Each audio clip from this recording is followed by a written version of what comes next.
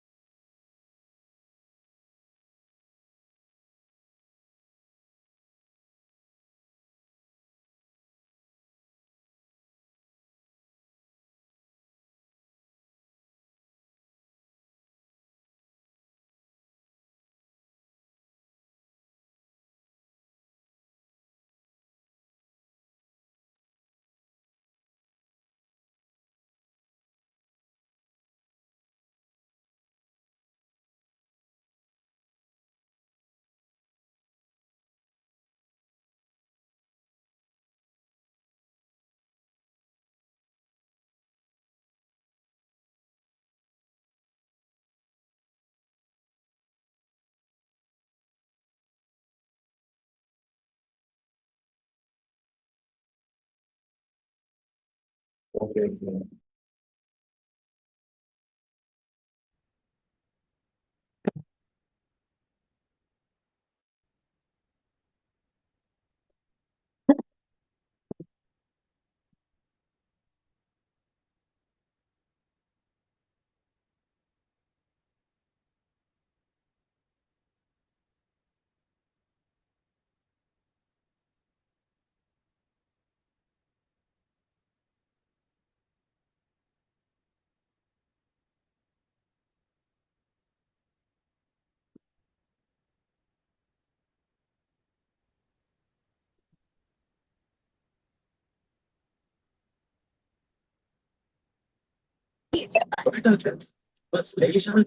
Family outings, அப்புறம் இந்த weekend plans மாதிரியே ஒரு லுக்கும் நம்ம மனசுக்கு ரொம்ப நெருக்கமான ஒரு feeling இருக்குது.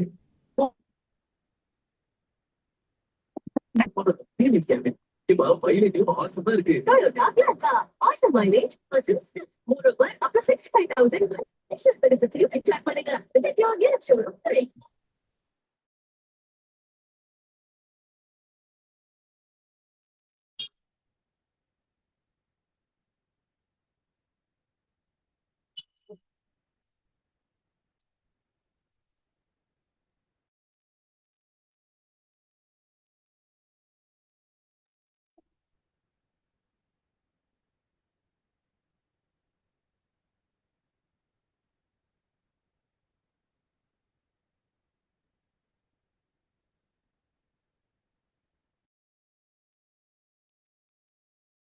Exactly do what I envisaged when I created this plastic surgery.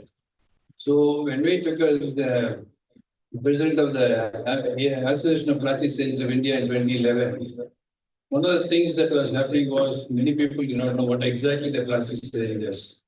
And a couple of days back, when I was in one of the podcasts which they recorded, I told of this incident. It was Harry's wife. He said when one of them went to the shop and they asked her, what does your husband do? They said he's a plastic surgeon. And then where does he work? He works in Mega Hospital. They said, what is he doing in a trauma hospital?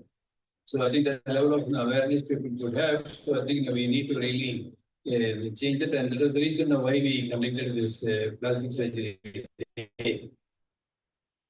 I think we have to spread this message to which is likely to benefit from expertise. But unfortunately, many may miss us reaching us because they do not know these people. But then if we may have a lot of ideas. These ideas to take things. You need people now who believe in it. I think, and also they will be capable of acting on it and persist on it year after year. They need to persist on each other. So, so next we go to the next slide. So, a special appreciation to the Pollachi team because one of the surgeons, a very senior surgeon from India, I think this time he just wrote a small note to me and said, I just seeing the celebration of world plastic surgery all around reminds me of how a great idea from a genuine person can result in such a snowballing effect. I think it same applies to the Pollachi team.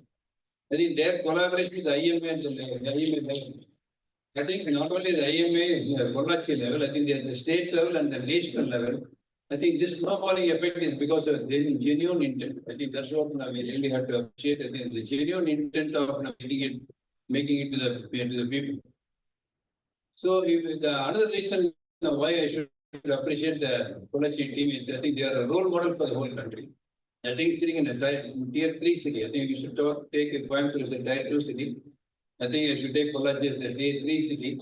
I think they exactly do what throughout the world plastic surgeons are trying to do. I think it doesn't require, I think what we have to say, the Robin Stone has written a book saying leadership with no title.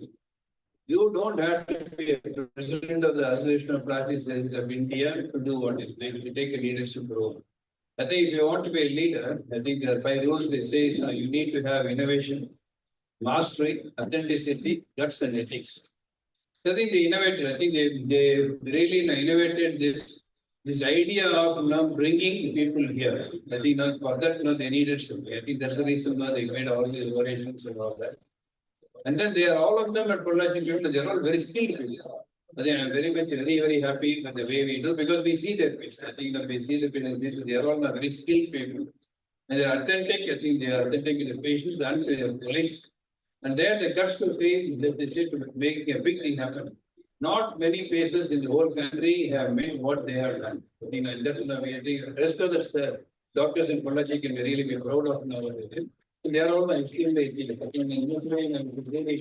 congratulate the team. And these are the pictures sent to me by Dr. Nambi. I think they also showed they could also enthuse a very senior person to take on to look under the microscope. That's to say what we do. I think that's the pictures they took and year after year they did. And when we started this plastic surgery day, and we never imagined that we'll go beyond our shores. I think that was the idea. And then for that to happen, I think I should really thank Dr. Rakesh Kasanji. I think the Rakesh Kastanji, when he was the president, he is now in Vedanta University in Delhi. And in the American Association, they have got a council of presidents, I think, where the presidents of all the member nations or called for they have a meeting. And there was a discussion as to how to propagate plastic surgery among the people, because a lot of developing countries are also there. And that time, what they said was, the Rakesh Kastanji told us is what we had done in India.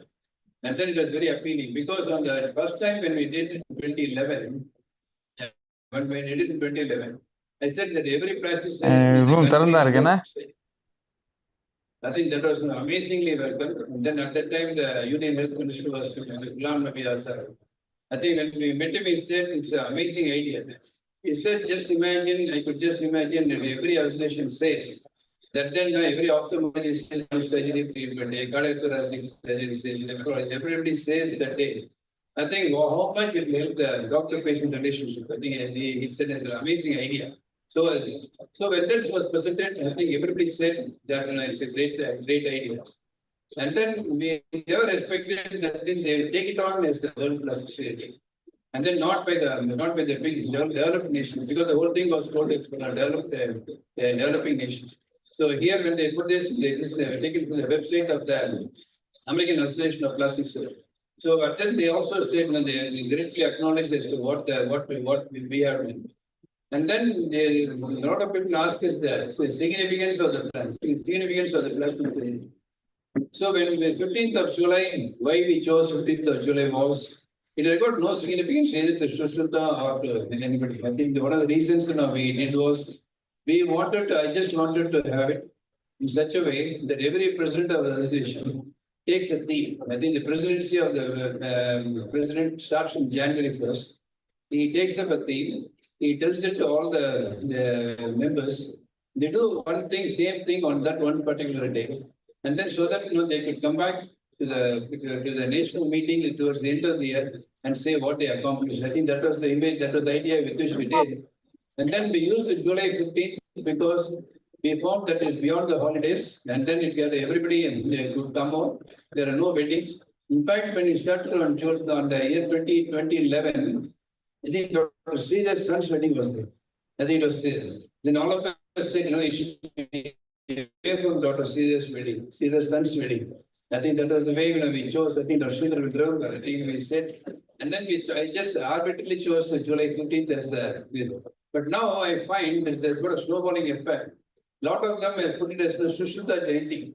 I think this is what we started as July 15th. Everyone thought the Association of Plastic Surgeons of India must have done it with some intent. And it's now celebrated as the Sushruta Jayanti. And some of the colleges in Ayurveda colleges, they say this is Ayurveda Day. So that means I think you could really find now. So when we chose this day, when there's a lot of argument as to what day we should choose, I use the same word as it's not enough on whose name we choose. A day becomes significant when something worthy is done on that day. I think every year now we did a lot of worthy things we did, and we made a lot of difference in the lives of people, and there it is now understood. And now it is very accepted. I was extremely happy to see the website of ISA. This is the biggest body in the world for the aesthetic plastic surgery. And then in their website, they put it as together we shape the future of plastic surgery, World Plastic Surgery in July. So that means what originated as a simple idea from Coimbatore, I think it has really taken on to the world. I think genuinely be proud of it. And then now what we plan is that what next? I think we always need to have what next. And then we plan to take it to the WHO. I think it's a good purpose. If we could convince it will be good to the world. And if we could convince them that we are not doing it for our good, I'm sure now we can make it. I think you understand. I think if we have to do it like this, I think when we show that many of the things that we do here, I think that's exactly what we do. I'm sure that we will be able to do. I think it is for all these reasons, what they do. I think we'll be projecting all the things that all the associations did, so that for the spread of plastic surgery, I'm sure WHO also will take. So once again, congratulations to all of you for all. And I also thank Dr. Sridhar for coming over to Coimbatore to deliver the oration. Thank you so much, sir. Thank you, sir. I request Dr. Sairam, sir, a National President AMS, National Chairman AMS Wing to facilitate Dr. Rajasapabadi sir.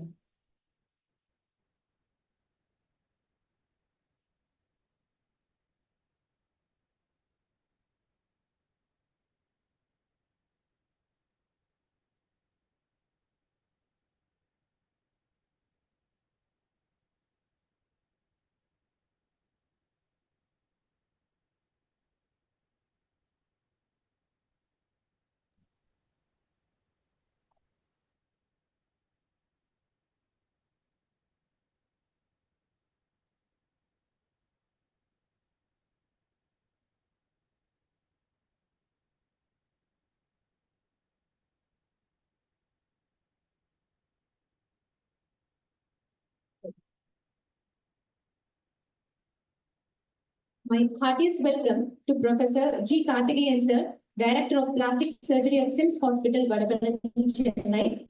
Sir is very well known among all surgeons for his ardent love for teaching and his YouTube channel on GK Hand Surgery with 53,000 subscribers. I request our President of ISSH, Professor G. Karthikeyan sir, to address the gathering.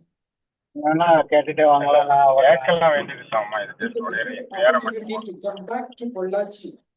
This program, which started a few years back, it is good to start a nice program like this, but it is more difficult to keep it going year after year and growing by strength. And that is the beauty of this program. The young dynamic team of Dr. Kaushik, Dr. Swarup, Dr. Purani, and Dr. Sankamitra. Please take a bow.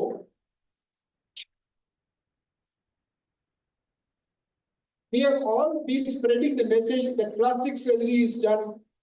We have got many fields of plastic surgery. I am standing before you as the president of the Indian Society for Surgery of the Hand. So now, is hand surgery done by plastic surgeons? That question has been on everybody's mind for a long time. Then a plastic surgeon can become the president of the Indian Hand Surgery Society. It is obvious that hand surgery is beautifully done by plastic surgeons. There are other people who do hand surgery also, but plastic surgeons can be proud that we deal with the nerves, the vessels, all the tissues, the skin and the bones of the hand. I always equate it to a mechanic.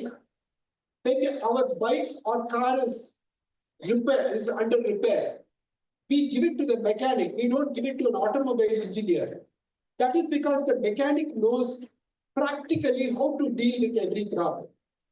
That is how plastic surgeons are. We are trained in every single part of the hand and we are able to coordinate every single procedure. And this program, which concentrates on microsurgery and the hand fracture fixation, is a wonderful idea. Plastic surgeons nowadays are a little hesitant, especially the residents, are hesitant to go and fix a bone. Sir, are we allowed to do this? Can we do this? We want to take away that fear from the residents. Our residents are very intelligent and very hardworking. If you give them the right choice and you show them the right way, they will go a very long way. So this sort of CME, hands-on workshop, which shows them microsurgery can be done. Hand fractures can be done beautifully. It is just learning the principles. And again, I thank the organizing team for inviting me over to participate in this program. And I wish everyone a wonderful time here. Thank you. Thank you, sir. I request State AMS Wing Chairman, Dr. Nirmal Frederick, sir, to felicitate Professor G. Karthikeyan, sir.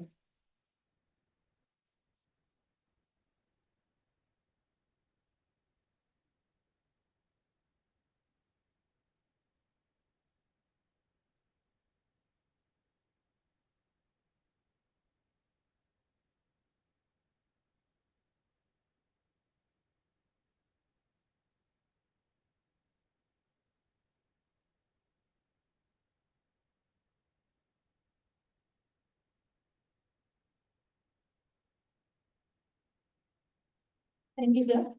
It is immense pleasure to welcome Dr. Hari Venkatramani, sir, President of Indian Society of Reconstructive Microsurgery, and President of Indian Society of Peripheral Nerve Surgery and Brachial Plexus Surgery Group of India, to address the gathering. Thank you. It's a great privilege and honor to be here in the celebration of this Plastic Surgery Day. And every day, thousands of plastic surgeons across our country are changing lives, and we will see that in the forthcoming program. The history of our specialty is over 100 years old. It started with Professor Harold Gillis, who changed the faces of the air warriors who were injured during the First World War, so 100 years back. Following which, 60 years back, microsurgery came and which made impossible possible, that is replantation and microsurgery. And then, over the turn of 10th century, we have supramicrosurgery, which has made even less than 1 millimeter possible. So 0.8 millimeter is what we now call a supramicrosurgery. But the most exciting chapter of plastic surgery, I think, is yet to be written, because we are in an age of artificial intelligence, computer-guided planning, three-dimensional modeling, and virtual reality. With robotics, the things which were considered not possible now will be more exciting and possible. Technology will make us better surgeons, but I think humanity only will make us great surgeons. So last week I was chairing an international session, and one of the greatest microsurgeons of our era, Marco Codina, I asked the surgeon who trained with him, who was giving the oration, that what made him a great surgeon, and he said because he was a great human being. So that is one thing the junior surgeons also need to remember is you will be only respected a long time if you remain a great human being. And to our respected seniors who are here, Professor Sridhar, Professor Raj Sabapati, we need to thank them for building this specialty through their vision, hard work, and selfless payment. We are all walking the path which we have created. And to the residents, the biggest advice we would like to give is don't chase procedures, because as trainees, we have a habit of chasing procedures. Master the principles, because once you master the principle, they will last forever. Learn the anatomy until it becomes instinctive. Respect tissue. Stop accepting the accepted dogmas. Keep asking questions. Work with other specialties like orthopedic surgeons, oncologists, vascular surgeons, because future is going to be collaborative medicine. If you don't collaborate, you will perish.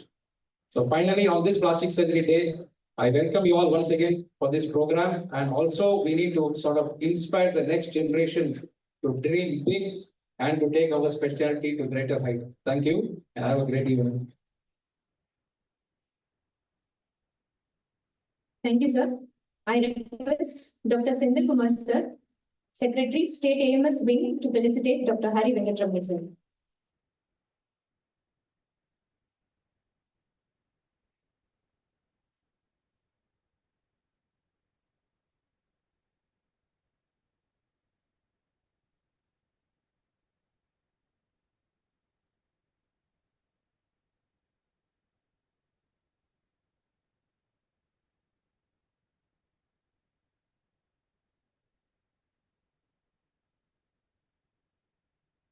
To felicitate our workshop faculties, I call Dr. Vikram, sir, President, IMA Pollachi Branch, to felicitate Dr. T.M. Balakrishnan, sir.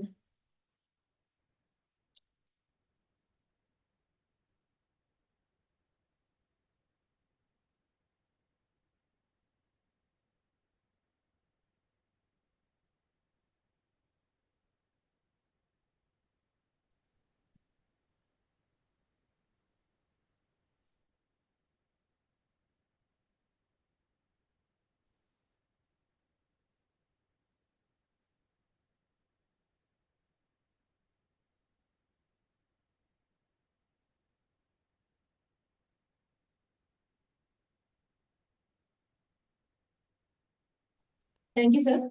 I request Dr. Raghuram, sir, Secretary, IMA Pollachi Branch, to felicitate Dr. Shubhasini Manu.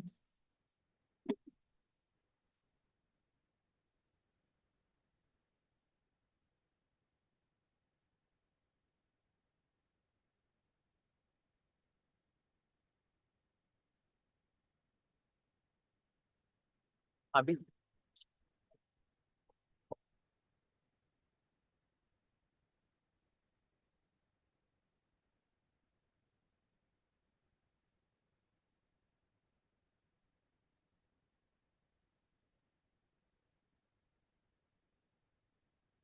Thank you, sir. Concluding remarks by Dr. P. Purnima.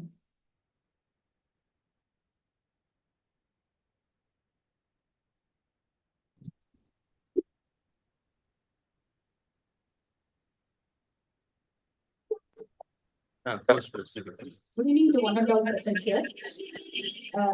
Everybody would have experienced this. Whenever an end card is placed for after any movie, we used to be happy. But this is not the case in case of this vote of thanks. Usually, vote of thanks is usually a final occasion in any program. But in this vote of thanks, I would like to thank Professor Raj Sabapathy sir, who is always an icon and a legend in plastic surgery. Sir, you always make us remember that age is only a number. He delivered recently Corbett Memorial Lecture on 6th July 2026 at Queen Memorial Victoria Hospital, England. Thank you, sir. I thank Professor Sridhar sir, who is Master of the Master, for consulting to give this Raj Sabapathy sir oration for this year. Thank you, sir. I thank G. Karthikeyan sir, President of ISSH. Thank you, sir. I thank Venkatramani sir for giving his valuable experience and knowledge. Thank you, sir. I thank TN Amscon for the organizing committee for this workshop, as well as the following CME.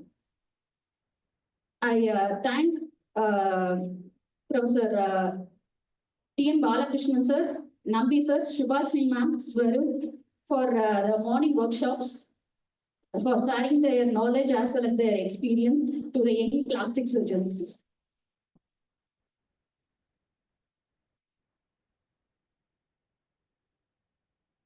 I thank Rashida ma'am, Ramesh sir, and for their forthcoming lectures in the CME.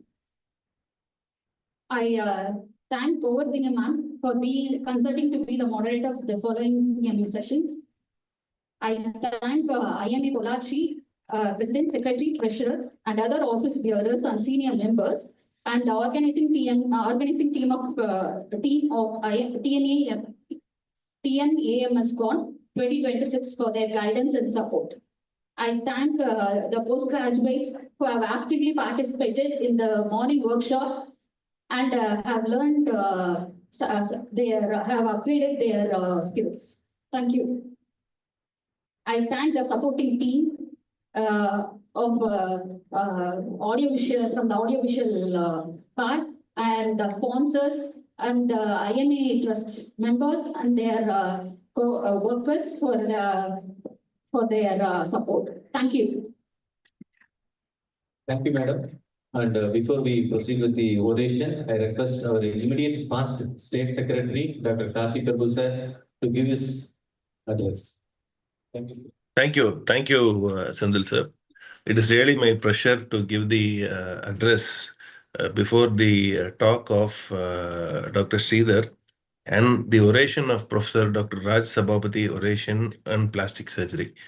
I think his contributions to plastic surgery is known to everybody, and we are all proud of him being in this part of the district. And Professor Sridhar is going to talk next, making life meaningful in plastic surgery. This is the series in today's 5th day of the conference. I'm sure it is going to be very useful, and I really appreciate Dr. Sendal for taking this year on year on every day, a continuous series with well-attended conference of this particular thing, Amscon.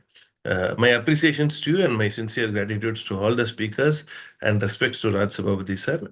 And thank you. Good day. Wish you all the best. Thank you, sir. Thank you. Over to you, Dr. Sendal.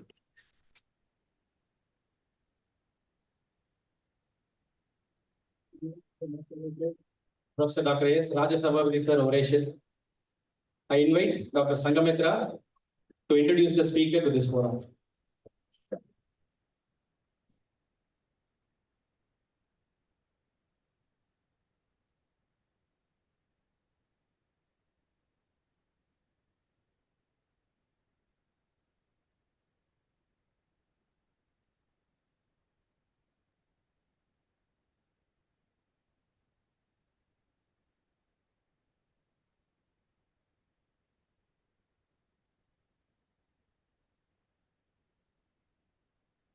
Good evening, everyone.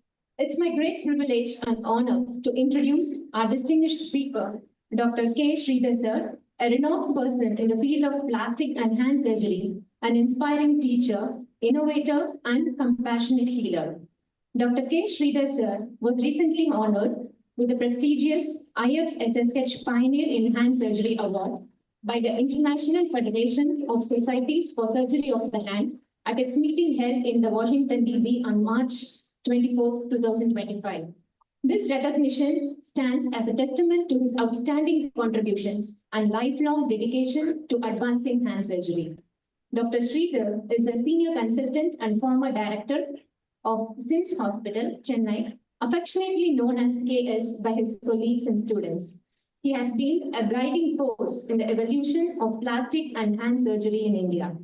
He completed his plastic surgery training from the pioneering plastic and hand surgery unit at Stanley Medical College, Chennai, belonging to the first batch of trainees from this esteemed institution. After a distinguished career at Stanley Medical College, he went on to contribute his expertise to several leading healthcare institutions, touching and transforming countless lives through his surgical skills and compassionate care. Beyond being an exceptional surgeon, Dr. Sridhar is a visionary leader and administrator. He has served in several prestigious roles, including member of the Tamil Nadu State Planning Commission, Senior Vice President of SIMS Hospital, Pro Vice Chancellor of SRM University. The institutions and initiatives he has built reflect his remarkable leadership and commitment to excellence. An innovator at heart, Dr. Sridhar has always challenged conventional approaches and searched for better solutions to complex clinic problems. His contributions and innovative surgical techniques, such as tendon transfers for claw hand deformity and procedures for facial palsy with leg ophthalmos. He also developed a structural proforma for epidemiological screening of visible birth defects, which was used across Tamil Nadu, benefiting thousands of patients. His vision extended beyond surgery into research and innovation as well. He established one of the earliest translational medicine laboratories in India at SRM University, bringing together engineers and medical professionals to develop solutions for healthcare challenges. Dr. Sridhar's commitment to society is truly inspiring. His efforts in eliminating leprosy-related deformities in Erode district with more than 800 corrective surgeries and his contribution through the Sri Kanchi Kamakodi Shankara Medical Trust, which has provided affordable health care to over 4 lakh beneficiaries. It reflects his deep dedication to community service.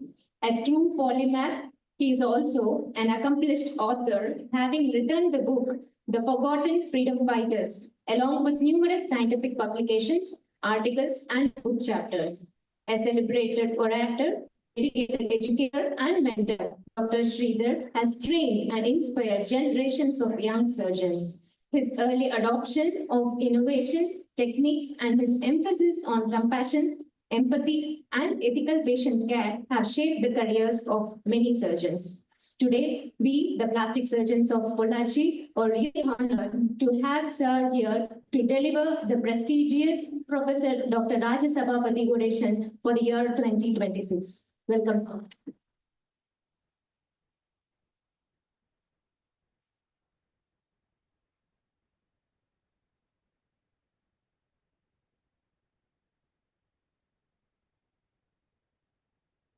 Sir, oration.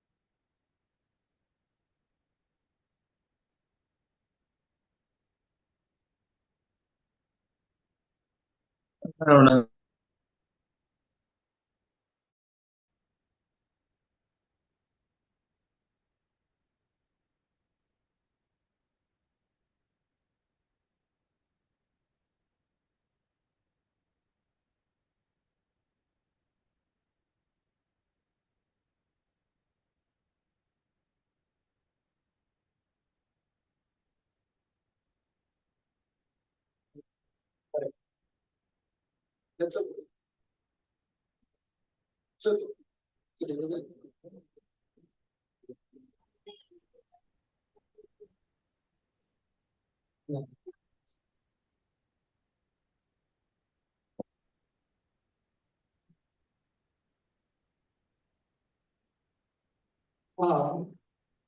Respected members and executive committee members of Pollachi IMA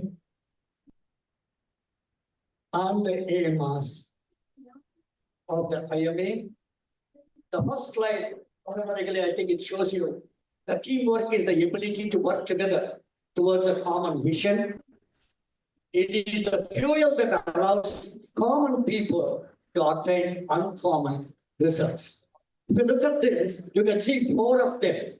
Ronaldo may be there, but there are four of them together they play, and finally the goal is made by Ronaldo. And it is not Ronaldo alone who can play the game, but it is a team. And that team is not about this. I think one of the Hawaiians, I think most of you know there are many Hawaiians. Out of this, one of the Hawaiians said, Nattramare Kayathu, Nallan Endarpur, Kattare Kattare Kamuru. So that means these are the four who have joined here, and then they are making this wonderful blooming. And they asked me to deliver this Raja Sabhabati oration. I think he has sculpted himself into this position.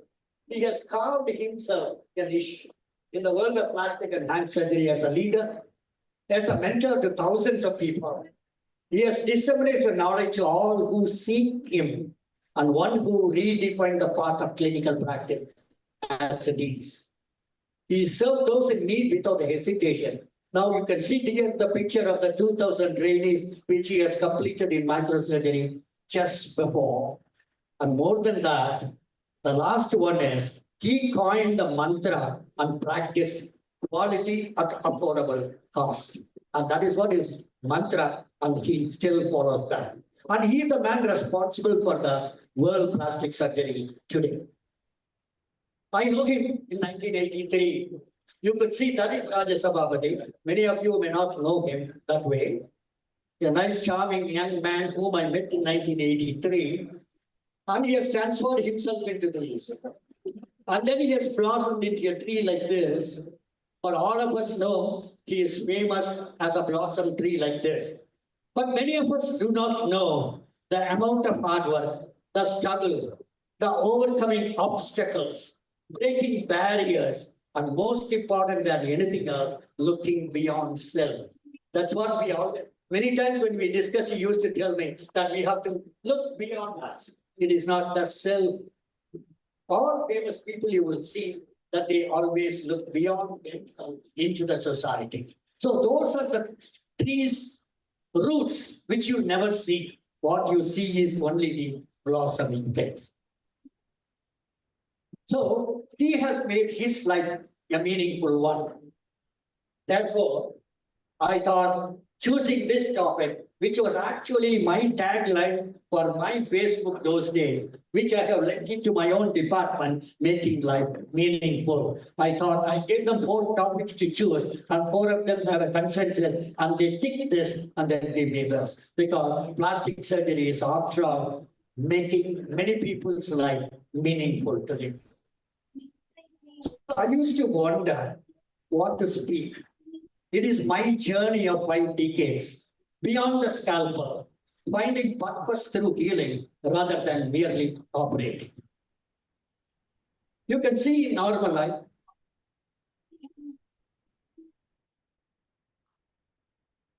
you can see in normal life, oh, sorry. You can see in normal life, people like to walk, open the key,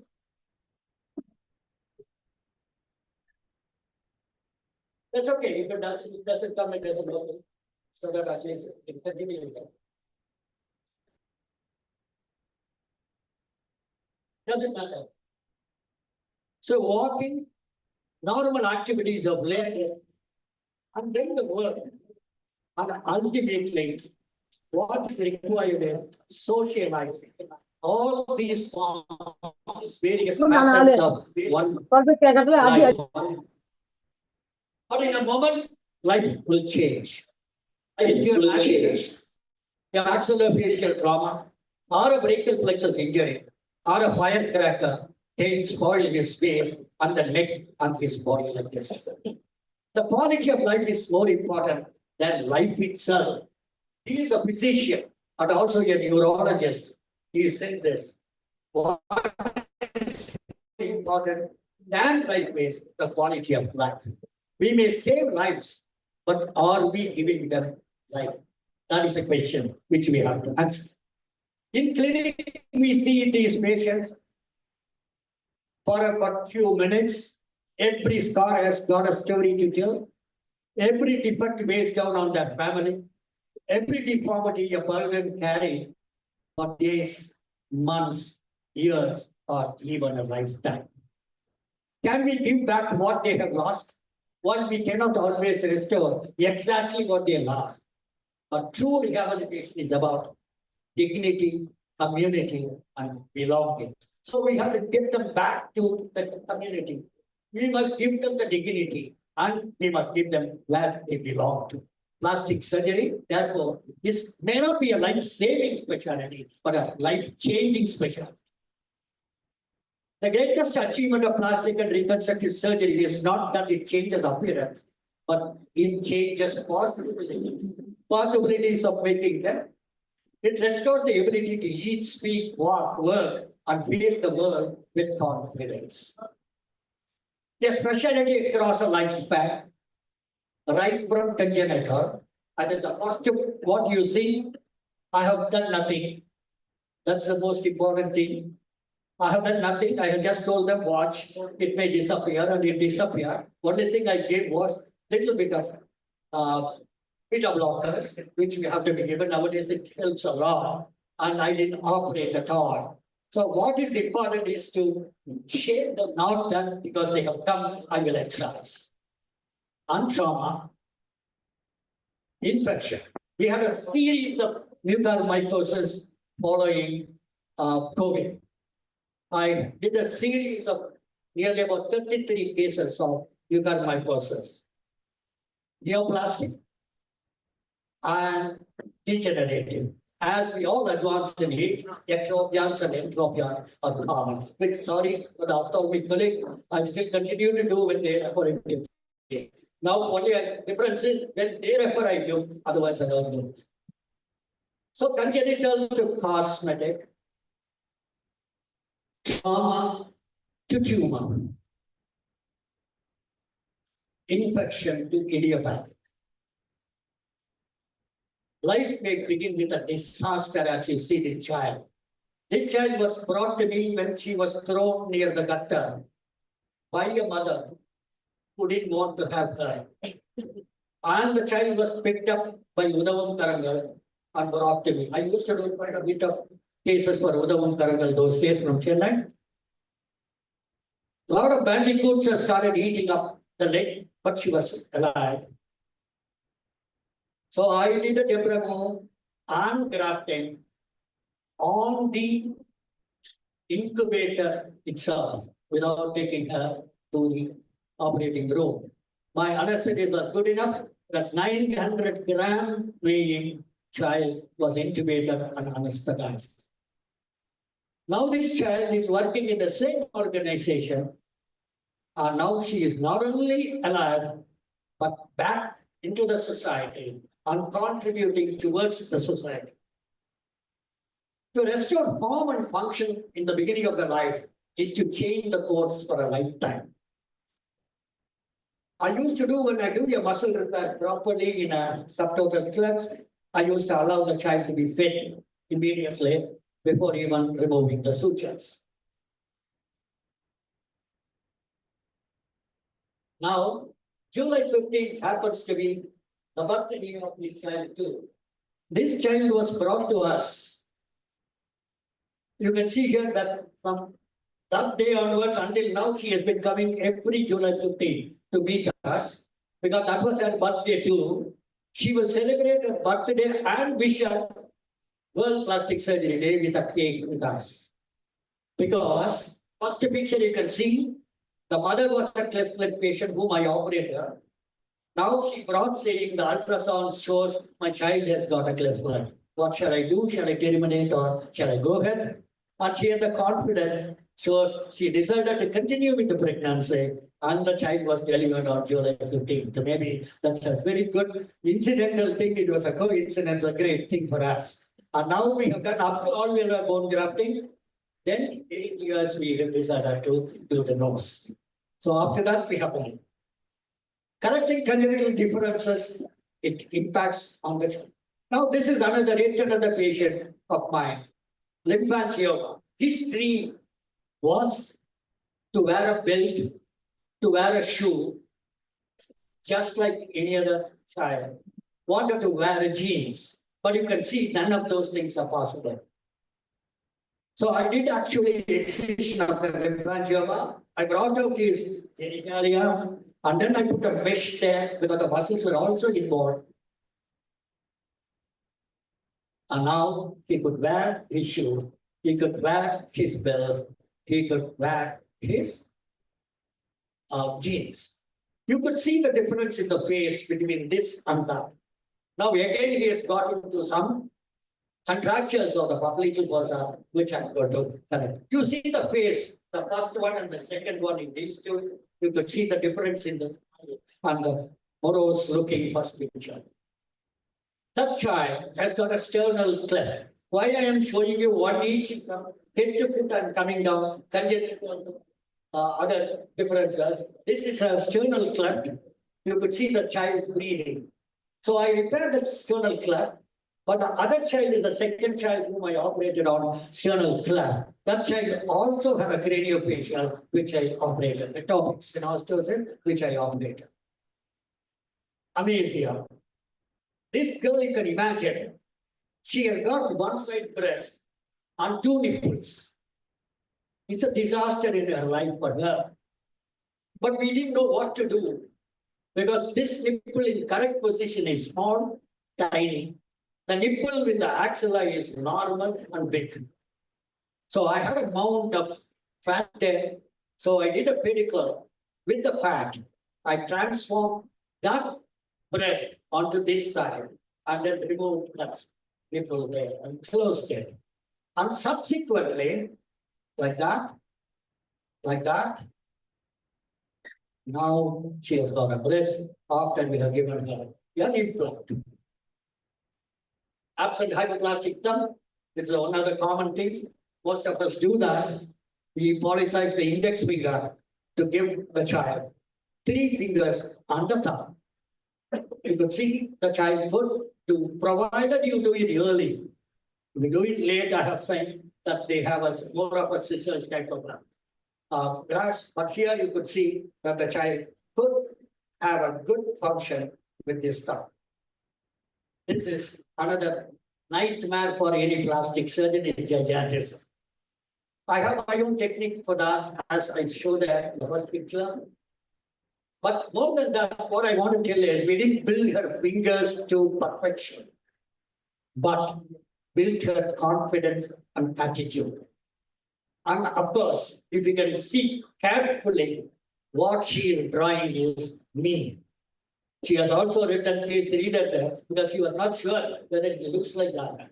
But I had a mustache and I was a thin frame at that time.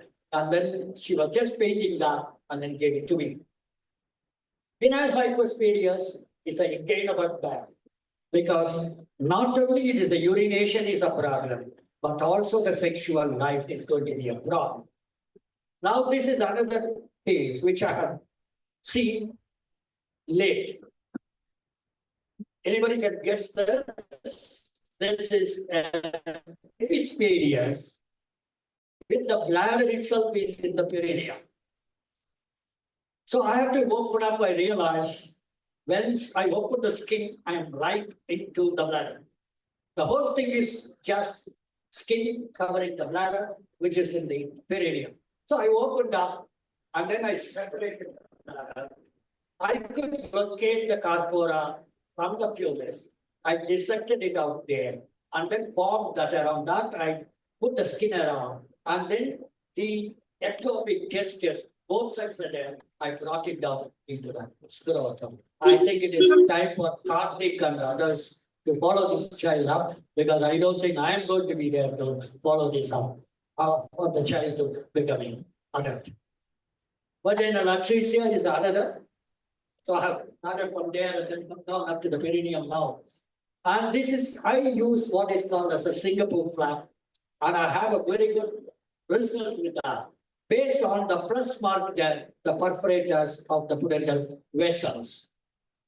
You could see here on both sides of the sac, a nicely can accommodate a big quantity of the condom with the sponge. This case is fit for now next stage of uterine transport.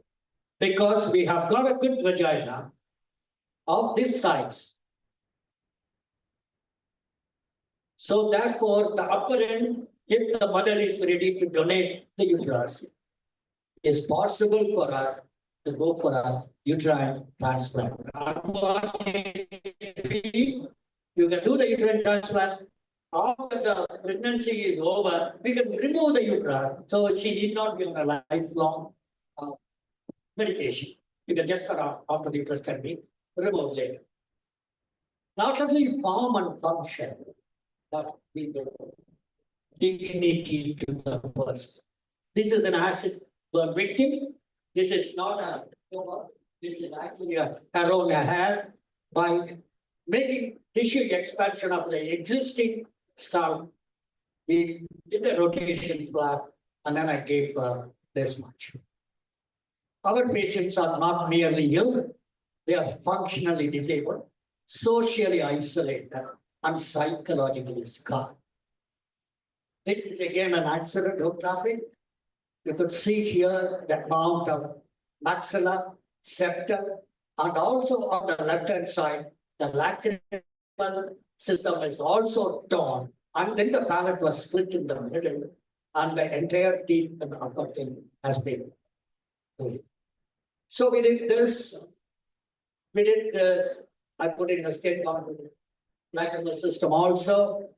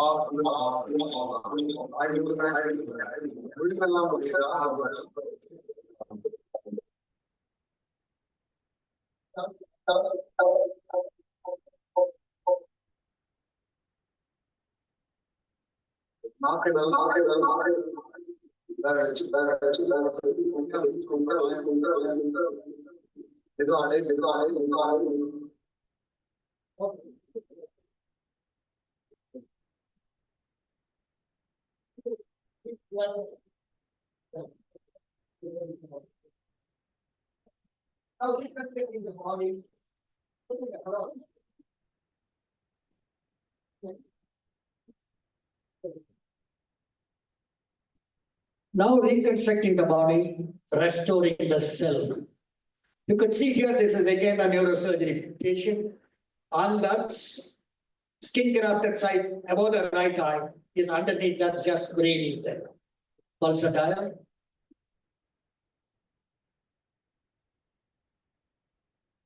So I put in an implant, custom made implant, but only thing is I shaped it on table and then I put it. You could see the difference between the facial of the pre-op and the post-op, the amount of smile she has on it. This is one of the earliest implant I did 33 years back before the digital camera came into existence. This is a copy from slide. So this is about 33 years back I did that. That was the first transplant, or rather implant, replant in Apollo Hospital. First one was there. Achieving a full extension and flexion may be considered an excellent result, but he has to hold the plate in a buffet. Unless and until he holds a plate, I think it does not serve the full purpose of extension. Now this shows the 12-year-old girl. I remember actually, Rajabha, MCR actually discussed also the patient. I did a pre-fibula for 2 metatarsals, which are gone. And then we did it, I did a double barrel. Now the point is, the patient had complication. I lost partly the skin. The bone survived. I had to redo a flap.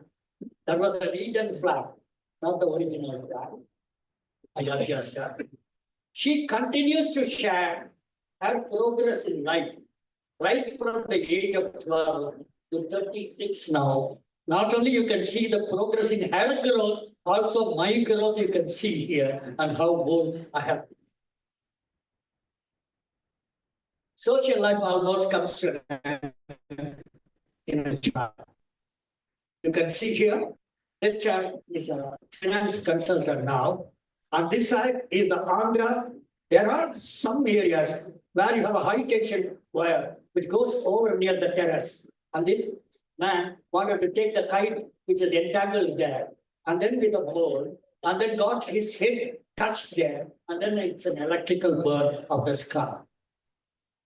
Most of the plastic surgeons know this flap, what flap it is.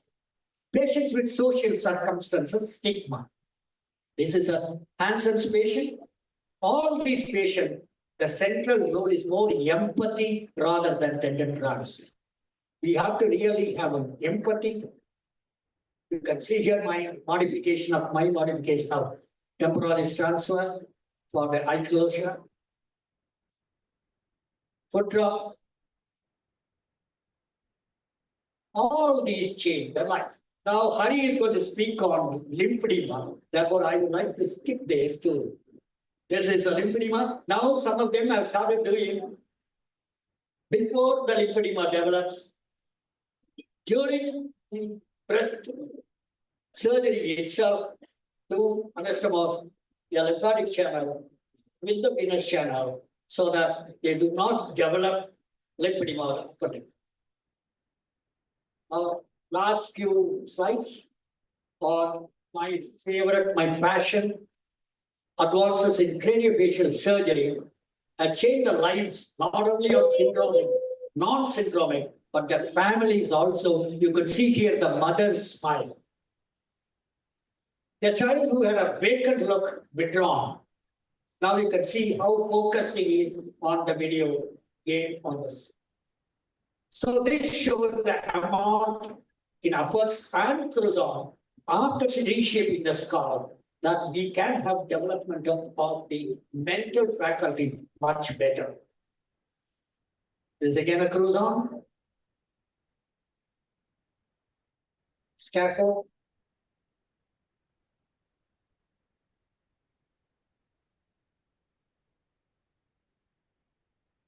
Hypertelorism, we move the orbits from both sides to the center. You could see here the central portion I'm removing, including the ethmoids, and then moving both the orbits from sides to the center. You can see here that has been explained well, and this is the nerve. Same view.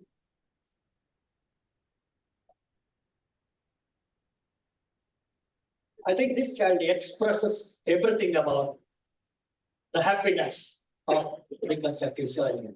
Challenges. This is one of most of you who have listened to me before have seen this case. This is Ocamelia, both arms absent. This case was referred to me by the former chief minister. She asked me whether you can do anything about this child. I said, I don't know. And she said, you have to fix them. Prosthesis is impossible. My prosthetic person said that I need a stump. So I thought initially I would create a stump. So I expanded it. I put a free fibula. I reconstructed her. So I thought she can fix the prosthesis. Now she started moving that because of the scapula. Then suddenly I had an idea. Why not take this movement and then give her a mobile one. So I started anchoring it on the opposite side. Then I used this mobility to give her the grabbing thing. So this was possible because that I could think something can be done as an innovation. Now you can see here, this is an aesthetic one, both hands, and that one is a functional writer. This lady came to me from Calcutta, both for Darshan Forum, both sides gone, those days. So I had to do an abdominal flap on both sides. Finally, I asked her a simple question. Do you think it is worth all this trouble for you? Then she sent me this picture video and she said, I have my dignity, my self-esteem. I am independent. I can wear my sari. I can in the heart. Now salvage a second life. This is again a mucus. You can see here half the maxilla, half the palate, half the teeth in the arch I have removed. You can see here in the basin what all contains what I have removed. You can see here on the CT scan how much the mucus has gone up to the brain. So we have excised. We gave them again, reconstructed the maxilla with fibula. And then we have also done an implant on the fibula. So he could have a smile back. Plastic surgeon give access to other surgeons for ENT, onco, and also neuro. The first one is for the clivus. Second one is for the anterior and middle cranial fossa. The third one is for C1, C2 spine. I not only give access, but we can also reconstruct. This is an access reconstruction referred to me by Netralia, Shankar Netralia. Lymphangioma restoring confidence, but she never used to go out. You can see here the amount of eye which is bulging. Entire orbit has got a lymphangioma. Now I went in because I can go into the orbit from above and through the sun. We remove, and now she has a smile. Surgical oncology, that is a common friends. Dr. Rajaram used to be one of mine. He was junior to me, but he used to refer a lot of cases we used to do together. So this is the sarcoma from the ribs, excised, mesh, flap, surgical gastro, anus. This is again what we call as a perforator flap. Siriturumbum palguttavuram. Even the smallest vessel, you can base your flap. You could see here that was just a 2 millimeter artery on which the entire thing was based. Orthopedic, almost like our brothers, every alternate case we work together. The redo knee. This is tumor. Cardiac surgeon put in a prosthesis and then it got infected. Aortic process is the arch of the aorta. So he has to put back the coronaries, re-implant into that. You need an infection to be covered. So I need a momentum flap. Momentum is a very good thing to cover. Body dysmorphia and emotional current. Can anybody see that that person is so much psychologically upset that he has got those dots there on the malar area, which is a dysmorphia. This is lasers. And this lady, you will never expect she will come to an aesthetic surgeon. The first lady, but she has come for her creases on the forehead.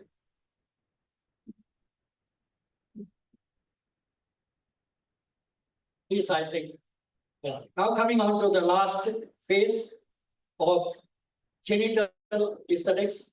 People now come here for elderly, for tightening their vagina, and also for labia corrections. This lady came to me from the US. You have to ask, I must say, not me, us actually from one of my associates. She wanted the total things. So we did the breast, we did also labia, we did also labia majora, increase in size. gender dysphoria is coming now more and more. Computer assisted planning is my forte. You can see here, we could manipulate in the computer what we plan to do, including building it for the mandible, the way we can plan. Now you can see here the planning for this man. That is all is left. So we have planned it, done the fibula. We are putting now they will stop. Patient specific implant is the last. Now I print implants now. We print zygoma, we print maxilla, we print any portion if you want. We can have the CT scan, then we can print them. That was a trial one on the left side, original one on the right side. You can see here that it can be put back. Now, recently we started, apart from the distraction, which is common, I started now putting in TM joints also. So this is a TM joint replacement.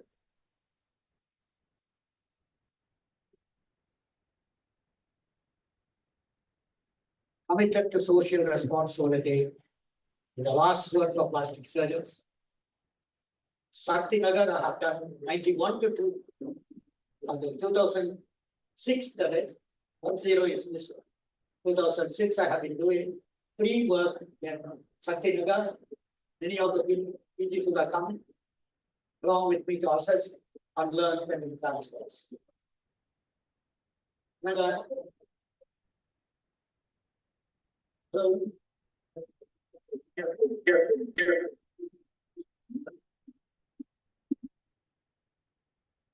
okay.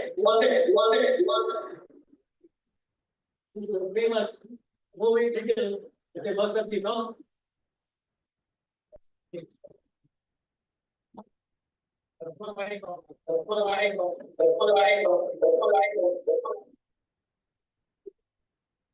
That's okay.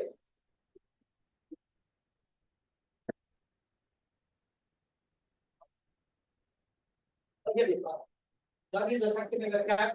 And then we did many camps in. No, this one.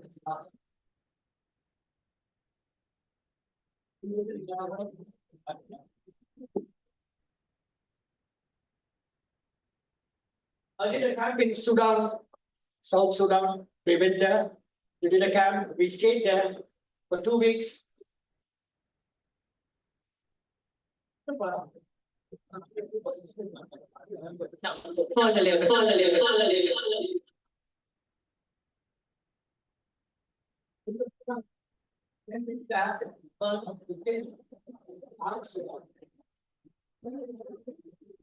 Finally, I would like to say plastic surgeons influence our patients' life as a source of hope, as a source of healing.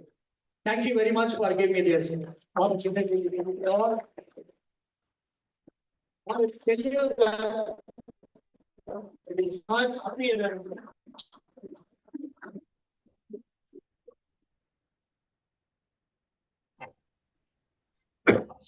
Thank you, sir, for an extraordinary, energetic presentation full of ethics and empathy, and it all stirred our emotional center. Thank you so much, sir. I invite Dr. Rajasabha sir to honor Professor Sridhar sir with medal.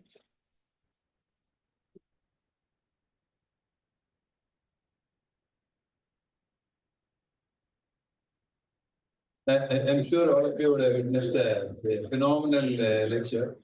Again, there are many youngsters over here, and I really wish more youngsters would have been here. Because each of us, when we grow, I think we do a particular field of plastic surgery. Plastic surgery is grown. Some of us do hand surgery, some of us do craniofacial surgery. But then here you see master innovation all. I think that all the slides that he has showed, all the things that he showed, have all been done by him. I think this generation of plastic surgery is, I think, that's getting over. I think you feel that some breed of plastic surgeons who are very comfortable to do a cross-leg flap and also a complicated microvascular surgery. They are as comfortable to do hypospadias as well as to do a breast implant. I think that's the surgeon now you met. I think I'm really thankful to you, sir, for coming out to Pollachi. I should congratulate the Pollachi team for having invited him over to Pollachi and made him come. Thank you so much.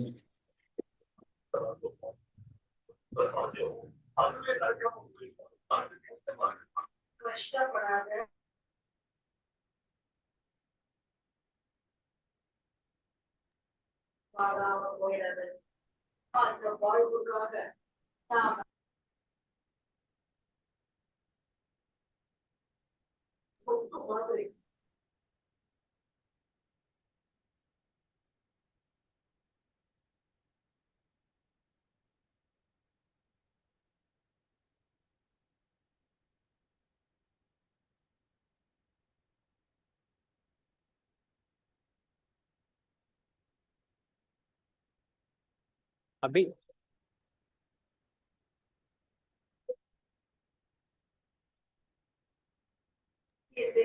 Next, moving to the CME session, I invite Dr. Kovarthini ma'am, Director of Co-Cosmetic Surgery, Coimbatore, to moderate the session.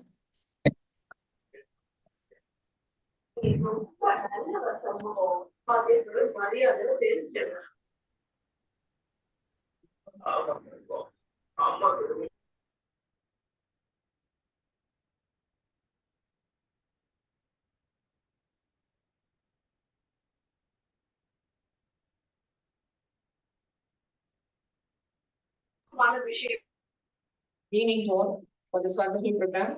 Thank you for the Pollachi team for the opportunity. It's my privilege and honor to introduce our distinguished speaker, Dr. Hari Venkatramani, Senior Consultant in Plastic, Hand and Reconstructive Microsurgery at Ganga Hospital, Coimbatore. Dr. Hari Venkatramani is one of India's leading reconstructive microsurgeons and have been integral part of the world-renowned Ganga plastic surgery team for more than 2 decades. His areas of expertise include brachial plexus injury,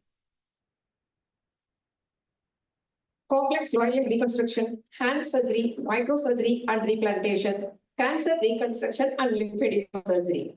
He has played a major role in establishing and advancing the Ganga protocols for the management of traumatic brachial plexus injuries and complex extremity trauma, and has contributed extensively to the literature in peripheral nerve surgery, reconstructive microsurgery and limb salvage.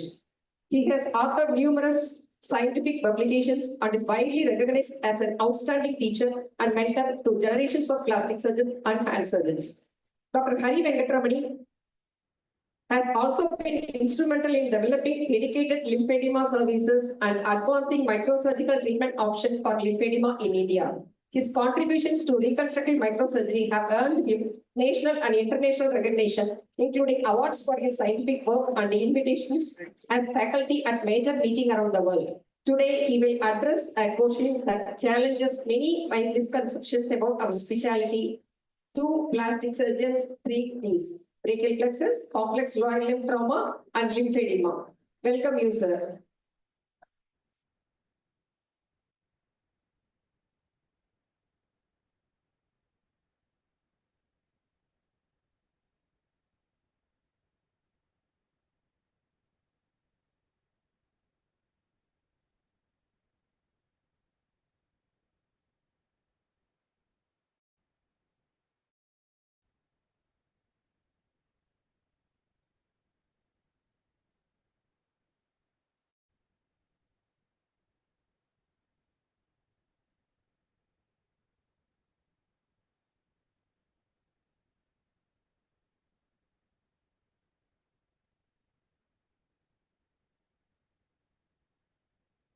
Thank you, madam, for the kind introduction. Respected senior members sitting in the hall, it's really inspiring to speak after Professor Sridhar. I remember my first meeting in 1998 in Kolkata.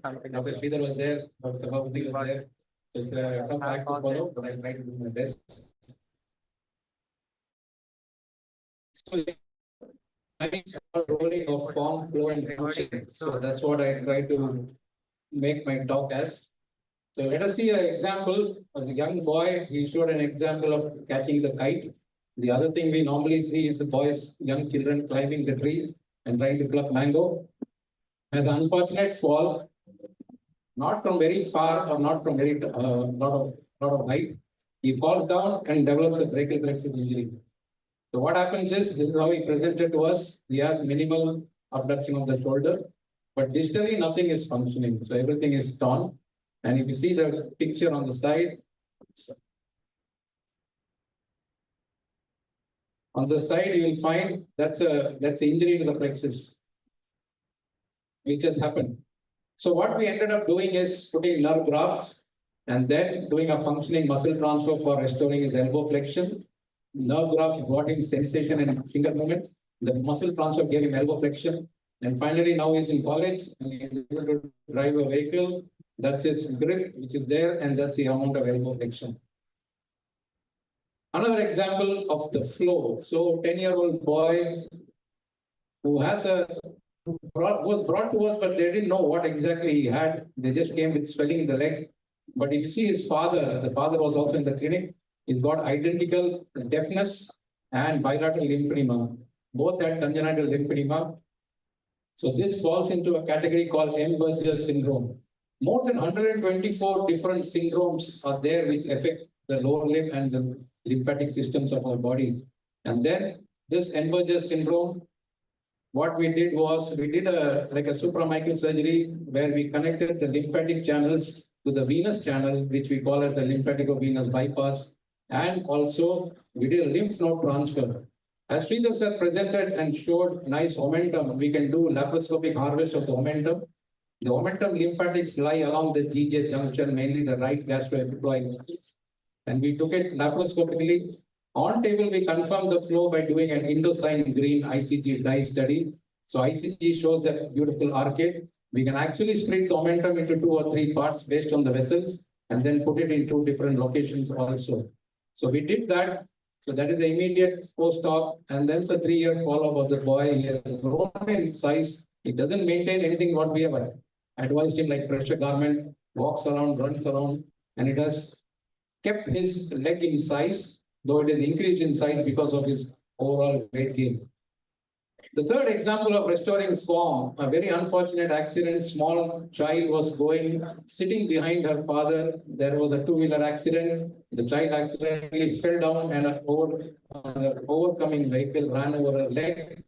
And that's a replant which we did. So with the pediatric orthopedic colleagues in our department, we have shortened the bone, covered immediately with a local muscle flap cover, and then it goes on to have a good healing. There is shortage of length, which is she's undergoing bone transport for increasing the length now. But if you see the sensory charting, there is good protective sensation. So this brings us to 3 different problems. One solution, which is plastic and reconstructive microsurgery. So as plastic surgeons, we no longer just do microsurgery. We are responsible for restoring function, which is essential for movement, restoring flow, which is re-establishing the physiology, the form, which is re-establishing the mobility. So let us see a few examples of brachial plexus. So this is an isolated C5. Brachial plexus is very systematic. If you go from C5 to CT1, we have 69 muscles in our upper limb, and they are very nicely controlled by each of these muscle groups. The shoulder muscle is by the C5. So the level of injury here, we need to first identify whether it's a rupture or avulsion. If it is a rupture, we can put nerve graft. If it is avulsion, we need to do nerve transfers. So there in this boy, we did double nerve transfers, which is for the shoulder. So spinal accessory to suprascapular, and a fascicle muscle going to the triceps muscle to the axillary. And 18 months later, we get a result like this, which complete abduction and external rotation also of the shoulder. If we move down 5 and 6, now the elbow is also involved. This patient was a police officer from Ghana. So we did not only the muscle transfer for the shoulder, here we add 2 fascicles going from the ulnar and median now to the muscles, biceps and brachialis. And then we get a result like this over a period of 1 year. So it takes around 1 year to 18 months. In delayed presentation or global palsy, there is nothing available and the patient is also delayed. So what do we do? Now no nerve is available for transfer. We straight away go for functioning muscle transfer. So these patients, what do they want? They basically want some movement and some ability to drive. So this is the same patient. We have done a functioning muscle transfer for elbow flexion. followed by trapezius transfer and wrist fusion, and bicep to FTP transfer for finger flexion, restoring all the functions which is needed. So this is a sequence. So in global palsy, another patient, functioning muscle transfer, trapezius transfer and wrist fusion, followed by bicep to FTP transfer. So we are not only restoring function, we are also restoring back or giving them back their life. He's become an entrepreneur now in Calcutta. Every visit we go to Calcutta, he comes with his family and is blessed with 2 children. Now from function, we go to restoration of flow. So we saw the example before. These are the various scenarios in lymphedema we see. The first one is filariasis. Second one is post-malignancy, in this case, CA penis and also congenital. So these are the 3 broad spectrums. Lymphedema has been a condition which has been basically because of blockade or injury to the lymphatic system. Lymphatic system is, I would say, one of God's greatest creation, lying under the skin, extensive network. Previously, we thought is as a sewage, it is just taking away the waste of the body. But the modern definition has moved from sewage to subway. Just imagine a busy city. This was from Prague, which I had gone to the European micro meeting. So if you don't have subway system in a major city, the roads will be choked with traffic. The reason our roads are choked because we don't have a subway system. So from sewage, the concept has moved to a subway system. And the causes can be divided into primary and secondary. Primary is mainly all the syndromic affections, mainly involving the Milroy's disease is the commonest. Secondary, there are 2 main causes. One is radiation and filariasis. India is one of the largest endemic zones of filariasis. And there are 120 million currently in the world and more than 300 districts in India where we have filariasis. The other important area is now, which is becoming more and more, is post-mastectomy lymphedema. So here is the 3 different scenarios presenting in few years after, presenting very late, and presenting immediately after the mastectomy. So how do we grade them from 0 to 3? Most of the cases we see is stage 2 and stage 3. Ideal to do supramicrosurgery in stage 1 or stage 0 when they just have minimal lymphatic blocking. The lymphedema follows beautiful patterns. So this is called the lymphangio zones, the groin and the axilla being the main zones. 90% of these patients can be really made better by just conservative management or doing comprehensive decongestive physiotherapy by manual lymphatic drainage, multi-layer bandaging, and pressure garments. So this is how we do the compression machine, 4-layer bandaging. Here you see this patient was so happy with only the decongestive therapy. He did not opt for any surgery. He's nicely maintaining the customized stocking. Coming to the surgical management can be divided into volume and physiological bypass procedure. So here she is a lady who was in college. So she presented to us like this, and this is post excision. So first we do conservative management, bring the leg size down, and once the skin becomes soft and supple, we preserve the perforators which are going to the skin. So this is coined by Professor Hamchi Chen as a perforator preserving excision. Here we do like what is called as a sculpturing. We have just excised. This patient was advised amputation, but with just sculpturing and removing the toes, we are able to maintain it. But if it is very extensive, we do what is called modified Charles. The previous Charles used to be only up to the ankle, but if you go to the toes, and ideally if you remove the nails of the toes, as we have done here in this modification, the patient can go back and they don't get back the infection and lymphangitis as they were getting before. MRI can beautifully distinguish between fat and fluid. Fluid looks black, fat is white. So the component of fat and fluid can be differentiated with an MRI. Now we do a contrast MRI also. And based on that, we can do a combination of excision and liposuction. So this is a combination of excision and liposuction. That is a pre-op, and this is a post-op immediately after liposuction and debulking. The physiological procedure I showed you before. We got trained in Japan and Korea. So following that, we use ICG. ICG is a good tool to see the linear mapping because the classical technician scan will not show you the pattern of lymphatic. If you see that's a stage 0, You can hardly make out on the skin, but once you do an ICG, the yellow area is totally lymphatic blockade. So Professor JP Hong came to our hospital and we did the first LBA. This was one of the first LBA. That time we didn't have ICG in our institute. So we used a brilliant green, which is used by the oncosurgeon. Post-mastectomy lymphedema, we do the mapping. That's the ICG. We mark on the skin and then we do a lymphatico-venous bypass. Confirm it on the ICG, the dye is nicely seen flowing. The immediate result is very good. It continues to be maintained as long as they also continue compression garment and take care of the skin. So that's the pre and post-op. Now with mastectomy, we can combine lymph node transfer. How do we do that? So this lady came for actually lymphoria. We convinced her for breast reconstruction. So we transfer the deep inferior epigastric perforator flap. This is how the flap is taken. Along with the flap, we can take the suprainguinal lymph node, which drain the lower abdomen so that they don't cause any lymphedema of the lower extremity. That's a breast reconstruction done. Abdominoplasty in the bargain, she gets the bonus, and then the lymphedema also goes down. Now we combine it primarily. So this lady, we do a LBA along with the DF flap. So along with the flap which is being done on for the breast reconstruction, we do a LBA, and that's the result of breast reconstruction and the lymphedema which has started coming down.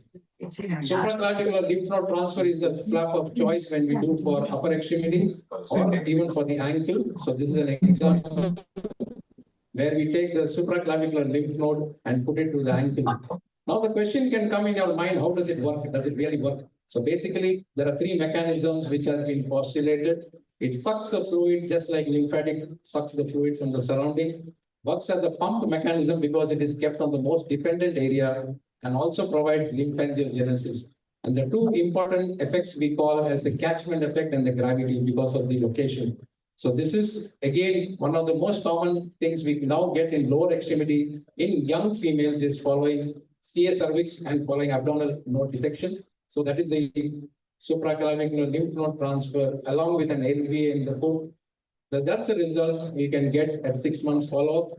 So then we put them on a compression stockings. So how do we create a multidisciplinary team? So you need to have everything in-house, right from having the space, the instrumentation, preparing and creating and giving them on time. As soon as the patient comes, we can actually give them the footwear, get them the 4-layer bandaging done, do the full body compression, have a place for cleaning and washing, even customize your wheelchair so that they can fit into the wheelchair, ICG, and the microsurgery setup. Have we reached the ideal treatment? I think we are still waiting. And then we move on to the restoration of form. The last part of my talk. Upper extremity reconstruction is never considered. You need to always do it because there is no good process available. So this is the same patient having an excellent function, following tendon transfers, is able to extend and flex the fingers also. But then when we come to lower extremity, we have got external processes. So all our reconstruction should be weighed against the current available processes. So 60-year-old man, bone loss and soft tissue loss. Now you are in a dilemma whether to reconstruct or go for processes. But if you really put each component in picture and try to think what does that need, so you can decide very clearly between salvage and amputation. So here we need a good soft tissue cover, which we have provided with a microvascular ALT flap, bone transport, which our orthopedics colleagues regularly do. So even though he is 60 years old, he's walking very comfortably. So for this patient, this is a great form of reconstruction. Innovations and changes, as I mentioned in my inauguration, Marco Godina, who introduced the concept of radical debridement early soft tissue cover. So this is a nice statement given by Professor Sabapathy. What is our goal? Because of current available processes, the goal is independent, pain-free, full weight-bearing walking in a time frame and cost that the patient can afford and withstand. If you have this in mind, as he saw in the first patient, it is worth doing it. He's a medical student. He had a major run over. If you see here, all the concepts have not been going according to the sequence. He was presented to us like this in sepsis. The fixators are not in place, poorly debrided. The skin is still attached. Radical debridement. We have a skin bank. We are blessed with a skin bank. So we use allograft immediately. And once the allograft sort of in 3 weeks time, his general condition improves, we convert it to autograft. He has finished his internship now and waiting for the NEET. Grade 3C once considered as an indication for amputation. First step, senior input, good debridement, early soft tissue cover and primary healing. We do a vascular repair and then cover with a flow through ALT flap. And once the soft tissue is healed well, we do a bone transport and achieve good bone healing. We give them this orthotics, which is easy and very cheap so that they can mobilize very early. Soft tissue cover should be only done after thorough debridement because you see all the mud and all the contamination tissue which is there. That is the level of debridement which is needed before providing a good soft tissue cover. And we published this paper along with NYU and WashU, where we found that if you do a radical debridement, the number of procedures subsequently is much less. The infection rate and non-union rate are also much less as compared to if you keep on debriding them.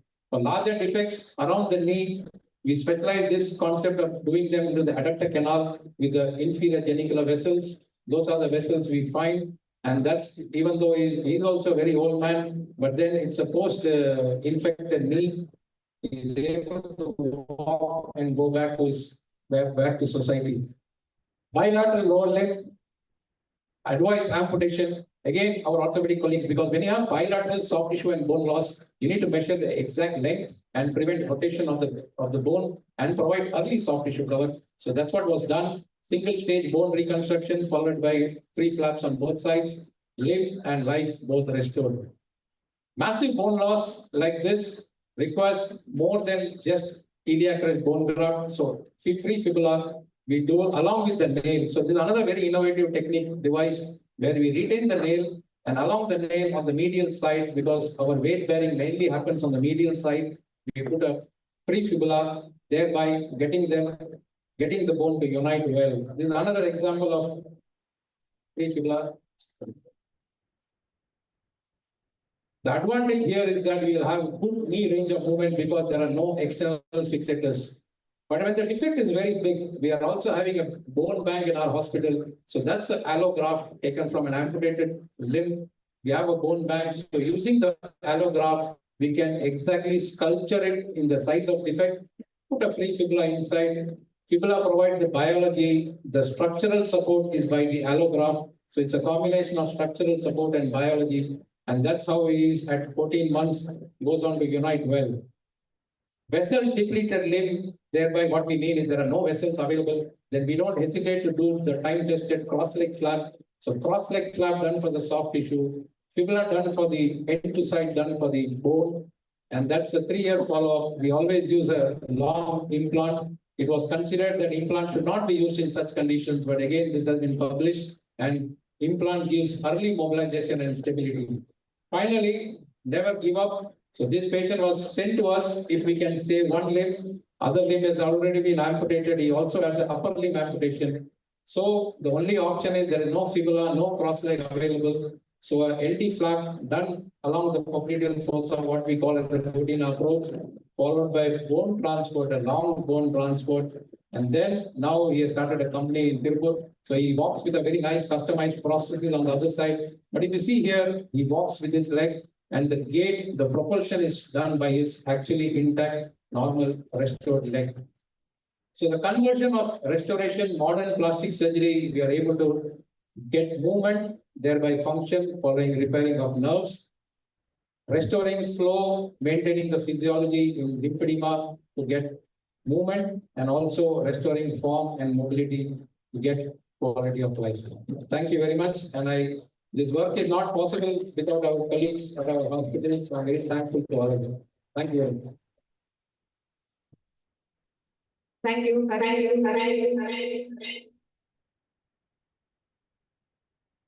Thank you, sir, for sharing your wonderful knowledge in brachial plexus injury, limb salvage, and lymphedema surgery. I request Dr. Mohammed Ibrahim, sir, Joint Secretary, AMS Wing, to felicitate Dr. Hari Venkataraman, sir.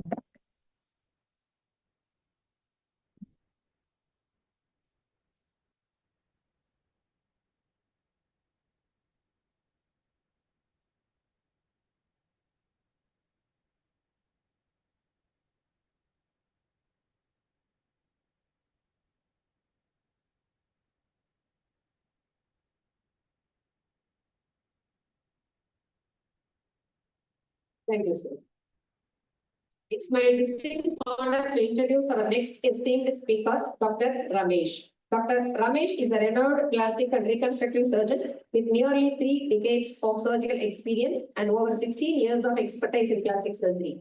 His area of specialization includes hand and microsurgery, brachial plexus surgery, burns, aesthetic surgery, and lower limb reconstruction. An associate professor at Sri Ramachandra Medical College and Research Institute, he has made significant contributions to research with 18 peer-reviewed publications and has been recognized with multiple awards for excellence in plastic surgery and innovation. It's now my pleasure to invite Dr. Ramesh to podium to deliver his presentation.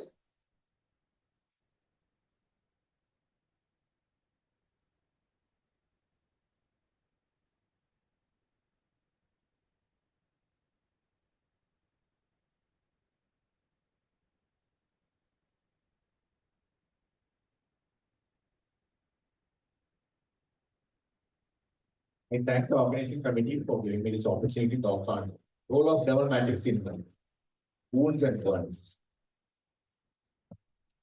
To understand that role of dermatitis, we should understand a little bit about the skin. Skin, we all know that it has 2 layers, epidermis and dermis. The epidermis, we know it has cells like keratinocytes, melanocytes, and Langerhans cells, which are actually antigenic cells. And it is an avascular tissue, and it is mainly perfused by diffusion from the dermis. And the dermis has the 2 layers, that is the papillary dermis and the reticular dermis. The papillary dermis is the superficial layer, which contains the collagen and elastic fibers, and also rich in nerve endings. That is why a superficial burns is more painful. And the deeper layer is the reticular dermis, which is containing a hair follicles and sebaceous glands and sweat glands. The topic of my topic is the dermal matrix. To understand this, we should know what does the dermis contain? What does the dermis contain? Dermis contains the collagen, elastin, fibronectin, proteoglycans, and glycosaminoglycans, of which the collagen is the most important thing, which is giving the basic structure support to the dermis. And the next is the elastin and fibronectin. And what to do if there is a skin soft tissue injury due to any injury or burns? We have a reconstructive ladder, that is, healing by small wounds can be left to heal by primary intention. And if the skin is coming for closure, we can go for primary closure. Or if there is a raw area which can take the graft with a well vascular bed, then the skin graft can be placed. And if the bed is not good, so exposing the tendons, bones, nerves, or vessels, then a flap is placed. Where does this acellular dermatitis comes? There is a bioengineered tissue. It comes in between the skin graft and a flap. It comes between the skin graft and the flap. And what is acellular dermatitis? It is a biologically derived scaffold from which all cellular components, that is the antigenic components, are removed. And native extracellular matrix elastin only preserved. How is this manufactured? The human, porcine, or bovine skin is decellularized with enzymes or detergents and hypertonic solutions, and all the cells are removed, and it is sterilized with gamma radiation and ethylene oxide. And the final product, it has only the collagen, elastin, fibronectin, growth factor binding sites. This is how it is prepared. A native skin, decellularized, artificial dermal matrix. It is created into a sheet. And how does it help? When this artificial dermal matrix is placed on a wound, then host fibroblast macrophages gets integrated into the dermal matrix, and neovascularization happens, and new cells form into the dermal matrix. Currently available dermal matrix by the source is the human source, it's alloderm and dermacell. And from the bovine source, it's integra and martyrdom. The integra is not available in today's market. Martyrdom is available. The porcine model is not available in India. The human model just come into the India, alloderm and dermacell. By the staging, single stage martyrdom can be applied. Just one stage itself, martyrdom and skin graft can be applied. For the integra, 2 stages needed. We need to remove the silicone layer and put a skin graft later on. So the integra and martyrdom comparison with the alloderm comparison is The Integra is made of bovine collagen with shock contractile, and Matridum is bovine collagen elastin. Allodum is human cadaveric dermis. The structure is a bilayer structure, is silicone layer for the Integra. Matridum and allodum is single layer. Just we can put a artificial double matrix and a skin graft over it. So for the Integra, two-stage procedure is needed. For the Matridum and allodum, a single stage is enough. And these are used in the major burns, empyretic burns and cosmetic areas. And for the allodum, is special indication for the breast reconstruction, hernia repair, and for the chronic wounds also, it's been advised. Clinical indications is full thickness burns, partial thickness burns, large area burns when there is donor sect is less, and function critical areas involving face, hands, neck, and joints. Pediatric burns, scar reconstruction following release of the contracture, and we can put artificial double matrix. And for the exposed tendons of the bones, which cannot take the skin graft alone, we can place the artificial double matrix and then therefore a skin graft. Importance of this placing the artificial double matrix is there should not be any infection in the wound. It's an important point. And the wound bed should be prepared properly. There should not be any slough or necrotic tissue. And patient should not have an end-stage arterial disease, so poor vascularity. The double matrix is not going to vascularize. And coagulopathy should be addressed. And the patient should not be allergic to the product. And regarding this, do we have any scientific evidence that this double matrix really benefit to the patient? Answer is yes. They proved by meta-analysis with the long-term studies that this artificial double matrix reduces the healing time, reduces the complication, reduces the dressing changes, and improves a better gives a better quality scar and collagen quality. The only disadvantage of this is the reepitheliation. That is, if you put a skin graft and artificial double matrix and a skin graft, for the graft to take, it takes a little more time, maybe a week extra time. But the scar quality and elasticity is better for all the cases. The important point is, again, as plastic surgeons, double matrix will not prevent scar formation. Scar formation will be there for the patients. Double matrix is supporting to produce a better scar for the patient, but it will not prevent the scar formation. The potential complications are sometimes a candidate can go in an underneath and the graft failure can occur because of the hematoma shearing force, or seroma can come accumulate inside. And this double matrix doesn't have melanocytes, so there will be hypopigmentation, and doesn't have hair follicles or joint glands, so there will be incomplete innervation. And important thing is cost and availability. So one other thing we can do is to prevent this hematoma accumulation or seroma accumulation or the infection reduction is giving antibiotics, and also negative pressure dressings will help in better grafting, artificial double matrix. Few cases that we have been using this one is a case of mixed thermal burns, which was clean and Matridum was applied and the wound healed with the Matridum. No skin graft was needed for this case. This is a case of electrical burns with a loss of skin and soft tissue. A Matridum was applied with a skin graft immediately, single stage. Patient is able to flex and extend the knee.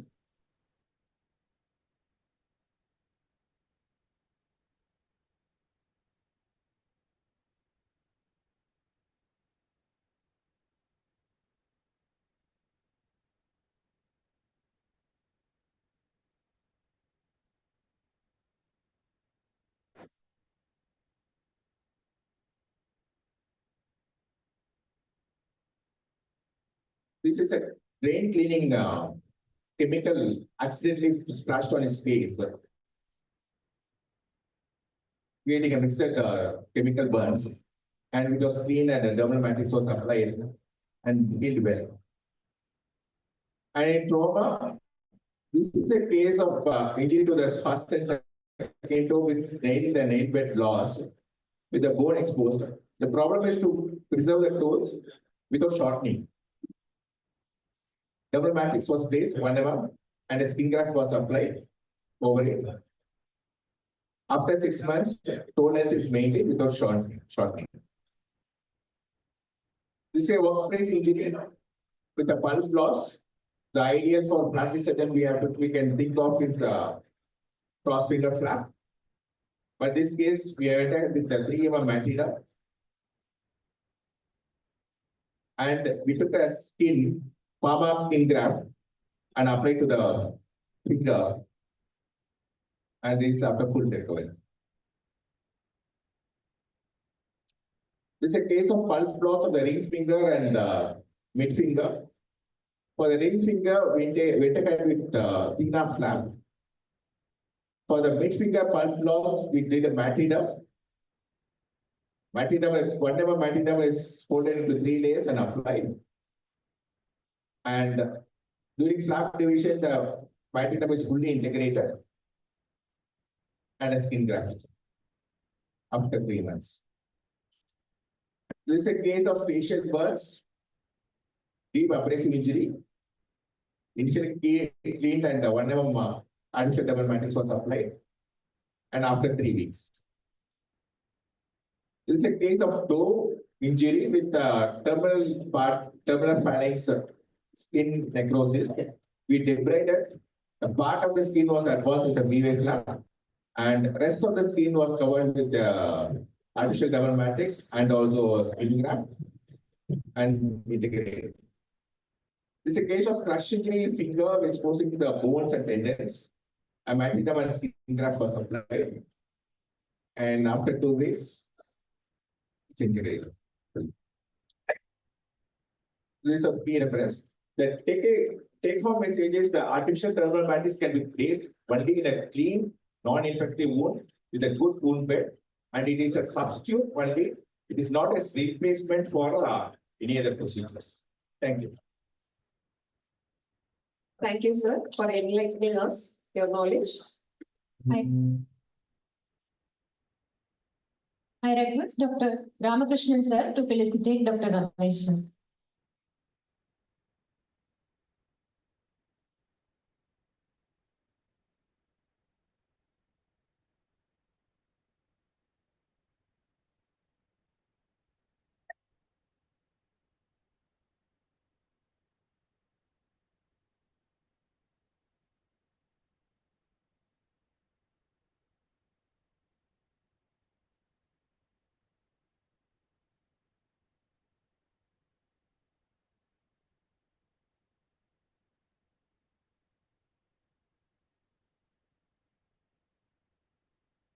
It's my pleasure to introduce our next esteemed speaker, Dr. Rashida Begum.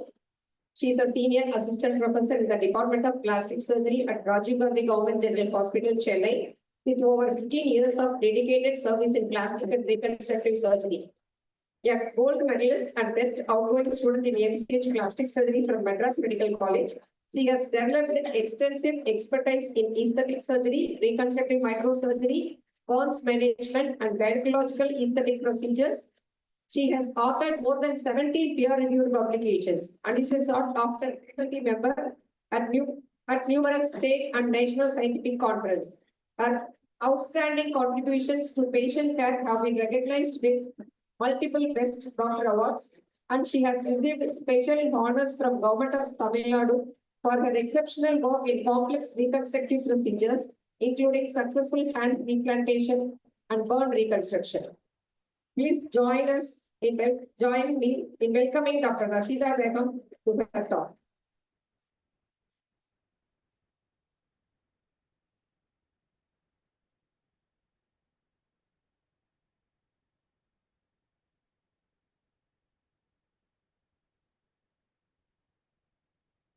The main aim of the talk today is to highlight what is plastic surgery, who is a plastic surgeon. Plastic surgery is a surgical specialty involving the restoration, reconstruction, and alteration of the human body. It is highly interconnected. I classify the life cycle into 8 and related diseases. I will show you the related clinical scenarios at the individual 8 stations.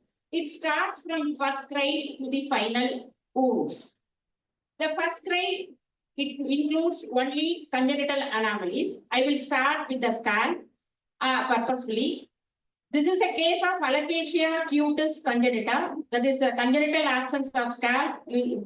This wound doesn't need any surgical intervention. Only saline dressing will heal spontaneously. This is a cleft lip, unilateral complete cleft lip after Millard repair. This is after 1.5 years forward. This is a cleft palate, the complete isolated cleft palate. I did von Langenbach's technique for the soft palate intravelar veloplasty. This is after 2 months post-op. This is a microtia, congenital absence of ear, lobular type. I reconstructed by using the Brent technique, by using the costochondral cartilage. This is at the end of 3 stage. From here to here, it took me 2 years. So this is a macrostomia, then this is an incomplete cleft 7. The simple Z-plasty with the approximation of orbicularis oris will give the good result and competency of the oral cavity. This is a syndactyly between the mid finger and the ring finger. By modified Cronin's technique, it was separated. This is a late post-operative picture. Meningomyelocele congenital. After repair of dura, I did the bilateral rotation flap. This is after 3 months post-op. Hypospadiasis. This is the subcoronal hypospadias. I did Broca's technique. In stage 1, I correct the body and release the urethral plate and reconstruct the urethral plate with the prepucial skin. And the stage 2, I did tubularization of urethra and watertight closure by using the tunica vaginalis. And this is at the end of 6 months. This is a congenital vaginal atresia. This is the absence vagina. We create the vagina. This is I will show the 2 techniques. This is a McIndoe technique. I did the grafting and gradually dilated. This is at the end of 1 year. In McIndoe technique, we can enlarge as we want.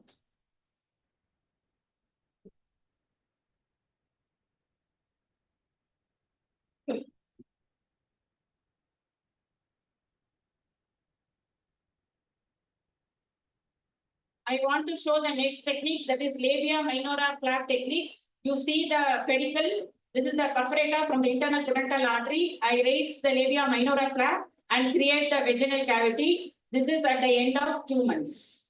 This is also gradually dilated. The constriction ring syndrome, by doing the basic simple Z-plasty, that will relieve the problems. Second one is growing up in childhood adult. The first one is the hand trauma. This is a case of accidental injury with a glass piece. Both the arteries, all the flexors, median nerve, ulnar nerve was cut. I revascularized both the radial artery and the ulnar artery, all the tendons. This is after 8 months.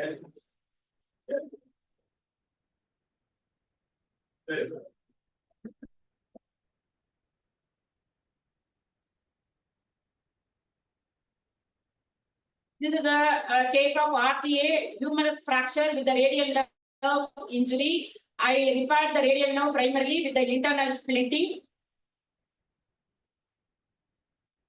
I did tendon transfers.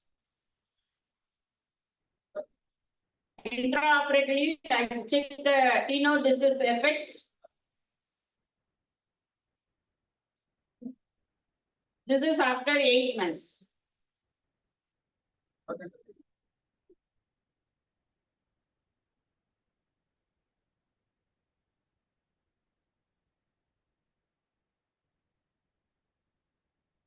See the finger extension, thumb extension.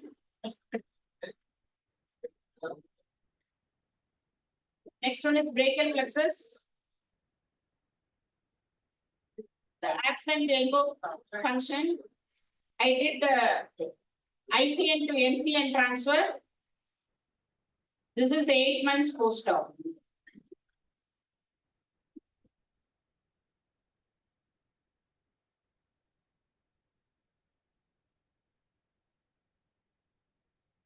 fingertip injury, simple BY advancement. This is the postbone scar contracture after release, groin flap cover. This is the silencer burns after wound debridement, posterior interosseous artery flap was done. For the thumb defect, the famous neurovascular island flap, that is the Littler flap. You see the pulsation of digital vessels. This is the late post-op picture. Number 3 is unexpected, that is trauma, simple abrasion injury of the face. This is by a lorry hook injury. Simple debridement and suturing will give the beautiful result. A very interesting case. The 30-year-old male schizophrenic had self-inflicted country bomb blast in his mouth as a suicidal attempt. This is the CT picture shows maxilla, zygoma, nasal bone, mandible, all are shattered. And we did, by using the 10 mini plates, we first aligned the bony alignments and we did the soft tissue alignments.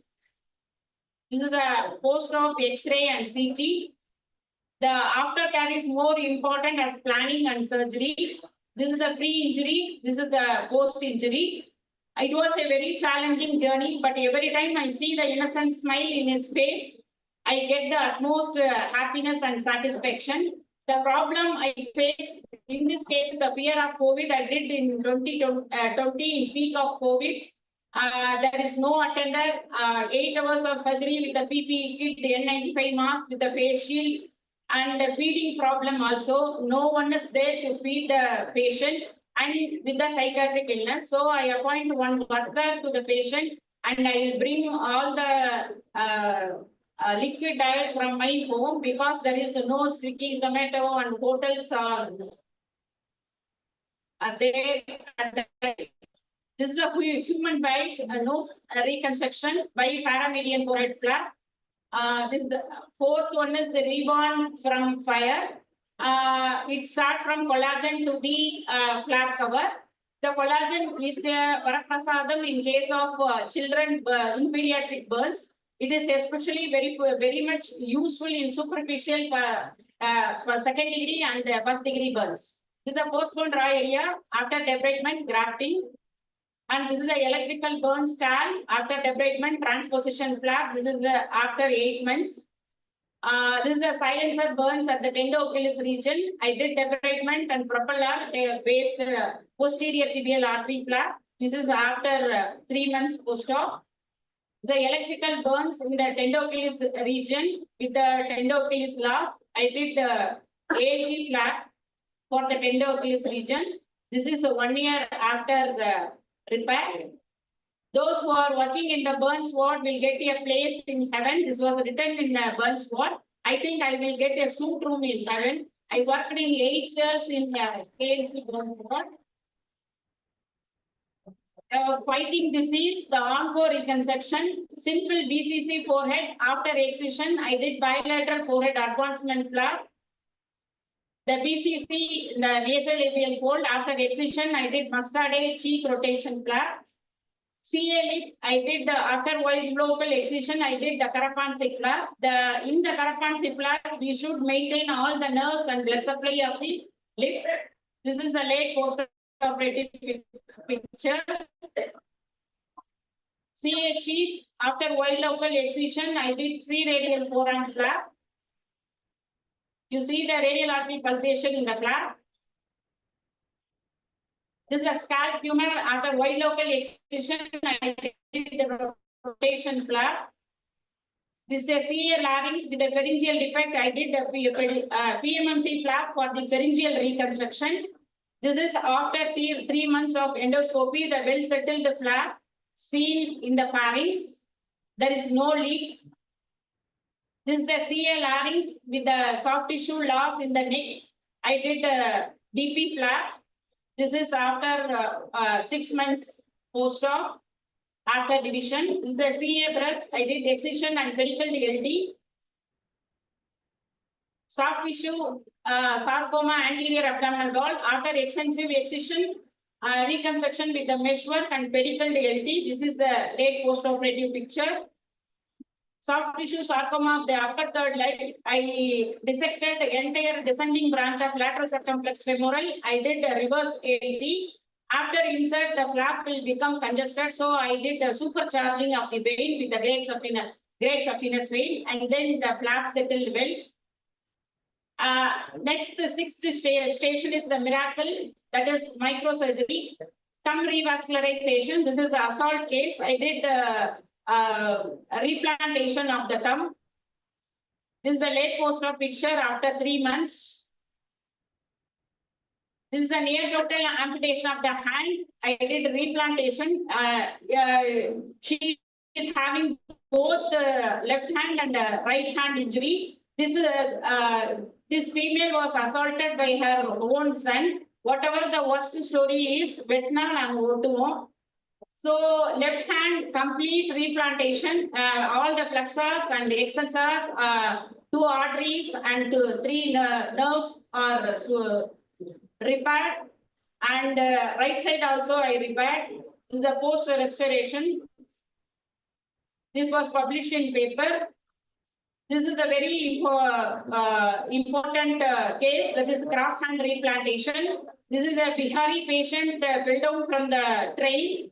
The right upper limb was amputated at the upper arm level and the left hand at the wrist level. So this is the right hand is not replantable. So I take the left hand from the amputated limb and implanted in the right hand.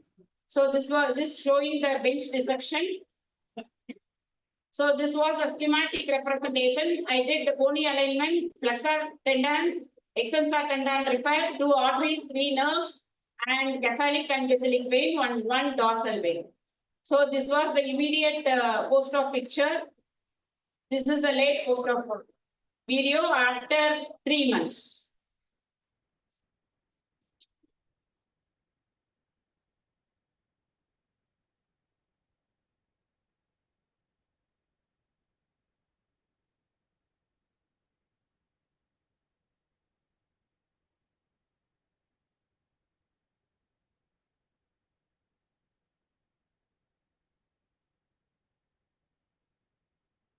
I want to put the slide purposely for the female PGs, especially the female microsurgeon should balance the work-life balance. That is very, very important. So you should learn from now onwards. And I created awareness in the media and papers. The importance of the cross-hand replantation is it is done by the whole woman team, including the anesthetist. So next one is the penile replantation. It is a Klinger syndrome. The patient amputated his own penis with a knife, the complete amputation of the penis. So I did the first corpora cavernosa anastomosis and urethral suturing and corpora spongiosa and 1 deep dorsal vein and 2 dorsal arteries, 2 dorsal veins, dorsal penile veins and 2 dorsal penile nerves. This is the video showing the dorsal penile artery anastomosis. So this is after 2 months post-op. This is the video shows after 3 months. They removed the catheter. He is passing urine per via naturalis. So this was published in paper. I put it in the Tirukural purposefully. Seidakka alla seyalkadum, seidakka seyyamai yanum kedum. That means, நீங்க கெடுதி மட்டும்தான் பண்ணா கேடு விளைவிக்கும் அப்படின்றது கிடையாது. தக்க நேரத்துல நீங்க செய்யாம விடுறது கூட கேடு விளைவிக்கும் அப்படின்னு திருவள்ளுவர் சொல்றாரு. That means you can refer the patient as soon as possible to the right person to save the organ or upper limbs or lower limbs. And to save the life of the patient, that's why I put the Tirukural here. 7th station is the renew and regeneration. That is the aesthetic comes under this. So this is a hemifacial atrophy. I did fat grafting. This is a rhinoplasty post-traumatic nasal bone fracture. I did nasal bone osteotomy with a tip correction. So this is a gynecomastia liposuction assisted Webster's. This is a late post-operative picture after 3 months. This is abdominoplasty with the I did incisional hernia repair with the abdominoplasty. The benign hypertrophy of the breast. I did the inferior pedicle breast reduction. This is the late post-operative picture. This is a hair restoration. I am only doing the FUE. So I put 2,500 hair grafts for this fellow for the frontal and the temporal region. And next important topic is alteration of the human body transformation, male to female, that is top surgery. I augment the breast with the silicone implant. Bottom surgery, first I did orchidectomy and then degloving the penis. I reconstruct the clitoris with the glands along with the vessels and perineal urethrostomy and vaginal reconstruction. You can use the part of the urethra for the vaginal reconstruction that will give the moisturizer to the vagina. This is next one is the female to male top surgery. This is mastectomy, free nipple areola graft. Bottom surgery, I did metoidoplasty for one patient. For scrotal reconstruction, I did from the flap from the labia majora. And with the penile reconstruction, I used labia minora flap. So plastic surgeons are nanoform of Lord Brahma. We can change male to female and female to male. Especially in transgenders, it comes in heavy crown of responsibility, perfection, and physical training. So final wounds, that is pressure sore, sacral pressure sore, single rotation flap, and ischial pressure sore, I did the Pacman flap. And trochanteric pressure sore, this is a TFL flap, this is the late post-operative picture. So this is a trophic ulcer. I did the islanded medial plantar artery flap. I did both sides. I start with the scalp and end with the foot ulcers. Take-home message is plastic surgery is a fusion of skill, precision, and collaboration. Great outcomes happen when a skilled team work together towards one vision. So a specialty that begins from the first cry to the final wound, restoring form, function, and dignity throughout the life. ஒட்டிருப்பு அறுவை சிகிச்சை ஒரு வாழ்நாள் பயணம். அது உடலை மட்டுமல்ல வாழ்க்கையையும் மீள உருவாக்கும் கலை. So plastic surgeons have the pride to operate from head to foot. That's why I started the first clinical scenario picture from the scalp to the last one is the foot reconstruction.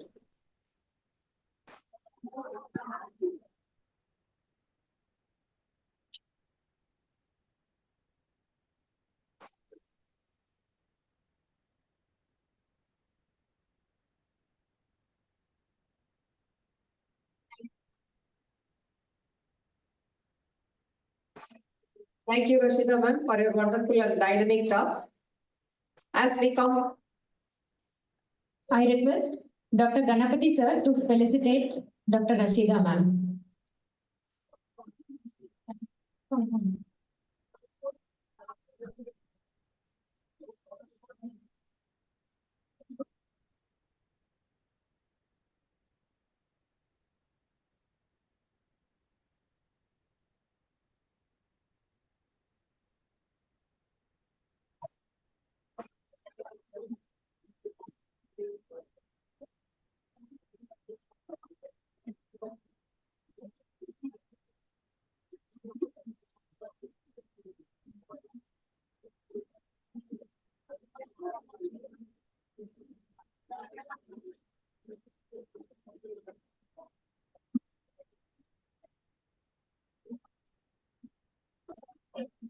As we come to the end of this enlightening scientific session, I would like to express my sincere gratitude to all our esteemed speakers for sharing their invaluable experience, insights, and expertise with us today. We had the privilege of listening to inspiring talks that highlighted the remarkable breadth and depth of our specialty, from brachial plexus surgery and complex lower limb reconstruction to lymphedema management reconstructive surgery, and many other evolving areas of plastic surgery. Today's discussion have once again reinforced an important message. Plastic surgery is a specialty that restores form, function, and quality of life. I extend my heartfelt thanks to our distinguished faculty members for their time, wisdom, and contributions, and to the organizers for putting together an excellent academic program. I would also like to thank all the delegates and participants for their enthusiastic involvement and thought-provoking discussions, which truly enriched the session.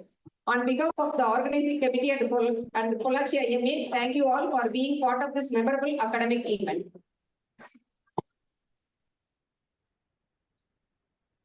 Thank you, ma'am. I request Dr. Soundararajan sir to felicitate Dr. Govardhani ma'am.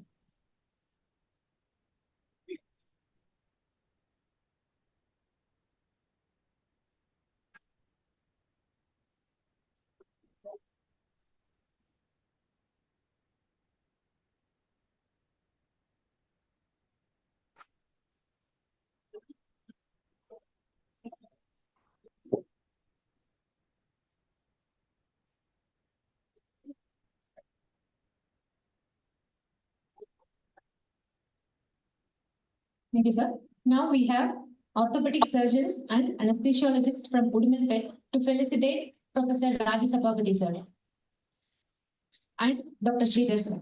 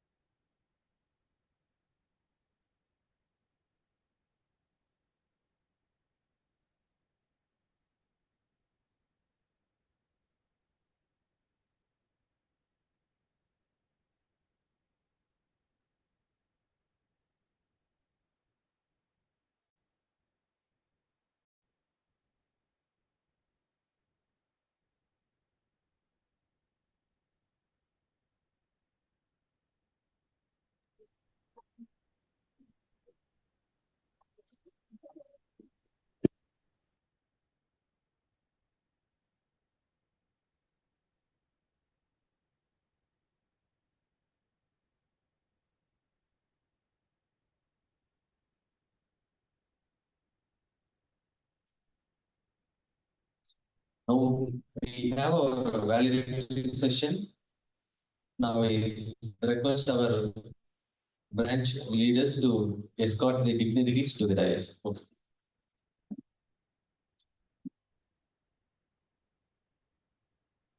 Post.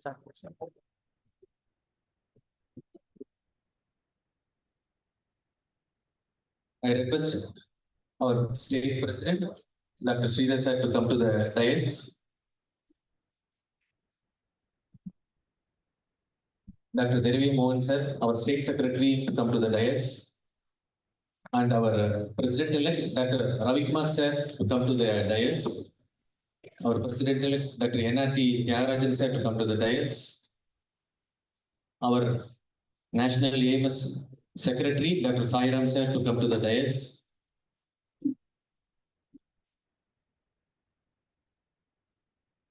Our National AMS Vice Chairman, Dr. Amadun sir, to come to the dais. Our State past President and past National Vice President, Dr. Prakasam sir, to come to the dais.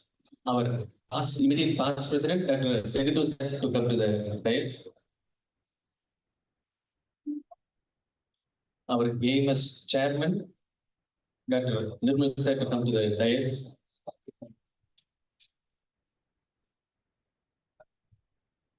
Our AMS Joint Secretary, Dr. Ibrahim sir, to come to the dais.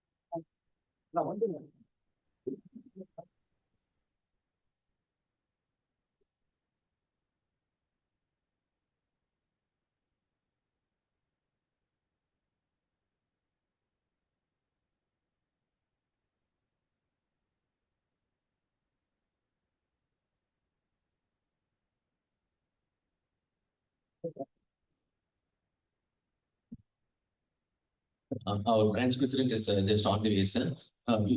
So can we just call our state president? Now I request our state secretary, Dr. Dervi Mohan sir, to call our state president, Dr. Sridhar sir.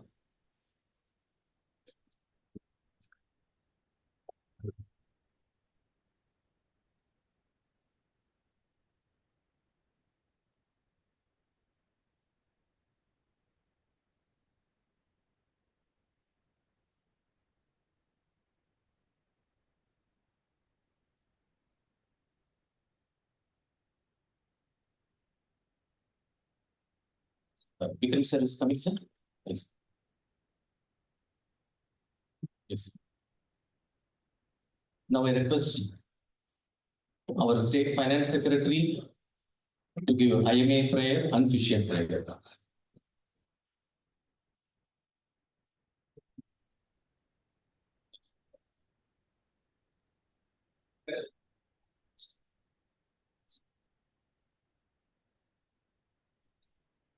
Over, Solomon sir. Sir, may everybody be happy? Solomon sir, you can proceed, sir. Okay. May everybody be happy. May everybody be healthy.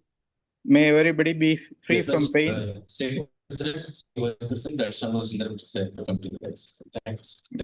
May everybody be free from sorrow. May we be the healing cure beyond every greed and lure. Sir, kindly proceed, sir. Physician, It's not audible. physician prayer. It's not audible. Physician prayer. Dear Lord, thou great physician, I kneel before thee. Since every good and perfect gift comes from thee, I pray, give skill to my hands, clear vision to my mind, kindness and sympathy to my heart. Give me singleness of purpose, strength to lift at least a part of the burden of my suffering fellow man, and a true realization of the true rare privilege that is mine. Take from my heart all guile and worldliness, that with the simple faith of a child I rely on thee.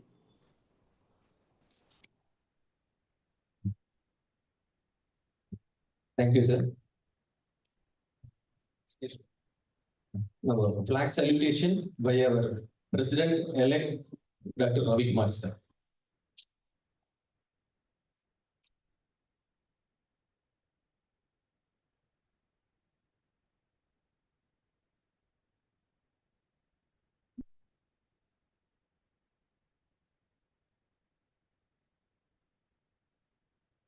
Good evening, everyone. We, the members of Indian Medical Association, stand here to salute our national flag. Its honor and glory shall be our light and strength, and its course shall be our course. We pledge our allegiance to it, and realizing our responsibilities as the accredited members of this national organization, we swear we will dedicate everything in our power to see it fly high in the community of nations. Jai Hind, long live IMA.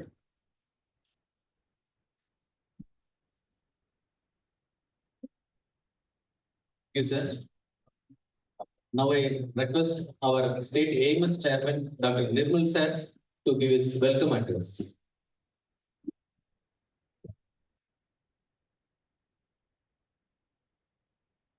Good evening, one and all. On behalf of the Academy of Medical Specialties Wing of IMA, Tamil Nadu, it's my privilege to welcome you to the valedictory function of Amscon 2026. It's my great honor to welcome our chief guest this evening, Dr. V. Sridhar, State President of IMA Tamil Nadu. Sir, under your leadership, the state branch has given the AMS the freedom and the trust to dream big. And this conference is one result of that support. Your presence tonight means a great deal to every one of us. Welcome, sir. I extend a very special welcome to our keynote speaker, Professor J. Jayalal, now President of CMA. Sir, you've been a constant supporter of AMS activities in Tamil Nadu and one of the most respected voices in organized medicine across the country. Welcome to our AMS conference, sir. Let me also have the privilege of extending warm welcome to our AMS national wing leaders, Dr. Venkatachalapati, who may be joining us online, Dr. C. Sairam, National Secretary, was come all the way from Hyderabad to join us, and Dr. V. Amudan, our Vice Chairman. Sir, your advice and encouragement have been the backbone of work this year. Welcome to this valedictory function. Extend our warm welcome to Dr. M. Dharamya Mohan, Dr. Honorary State Secretary of IMA Tamil Nadu, whose steady support has made so much of our work possible this year. I also extend welcome with great respect the senior leaders of our state branch who has graced us with their presence. Dr. P. Sengattuvar, immediate past president, Dr. A.K. Ravikumar, State President-elect 2026, Dr. N.R.T.R. Tyagarajan, State President-elect 2027, Dr. C.P. Shanmugasundaram, Senior State Vice President, and forever dynamic Dr. K. Prakasam, past President of IMA Tamil Nadu State Branch, and Dr. Salaman Jaya, the Treasurer of Finance Secretary of IMA TNSB. All the great leaders, your presence is both a blessing and an encouragement to us all. So this year's AMSCon has been a remarkable journey across 5 days of online sessions. We reached more than 4,000 delegates in Tamil Nadu and beyond. And today we brought that energy on site with a full day dedicated to plastic surgery to celebrate the International Plastic Surgery Day. With the doyens of plastic surgery, Dr. Sabapati, Dr. Sridhar, and the entire plastic surgery team, kudos to you and wish you a wonderful Plastic Surgery Day celebrations. To our plastic surgery team and to every faculty member who taught and shared this day, thank you so much and welcome to this function as well. Every conference has its architects working quietly behind the scene. Tonight, I want to especially acknowledge two of them, Dr. D. Sendil Kumar, Secretary of AMS Wing, and Dr. Mohammed Ibrahim, our Joint Secretary. As well as the special word of gratitude to our gracious hosts, the office bearers of IMA Pollachi, the President, Secretary, and Treasurer for this wonderful venue and their warm hospitality. And to all the delegates here, thank you for joining us for this evening. So you have made us feel completely at home. And to our entire IMA family present here and as well as online, a hearty welcome. Once again to our state leadership for their unwavering support and our national leadership to their advice and cooperation. Thank you. With that, it is my joy to welcome you all to the valedictory function of AMSCon 2026. Thank you so much and welcome. Thank you very much, sir.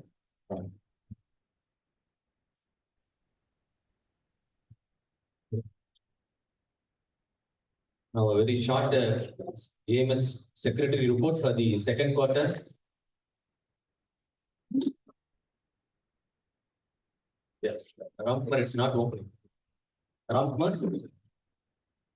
So now we have our first zonal at Thambaram, very well organized by Dr. Nirmal sir and post branch Thambaram.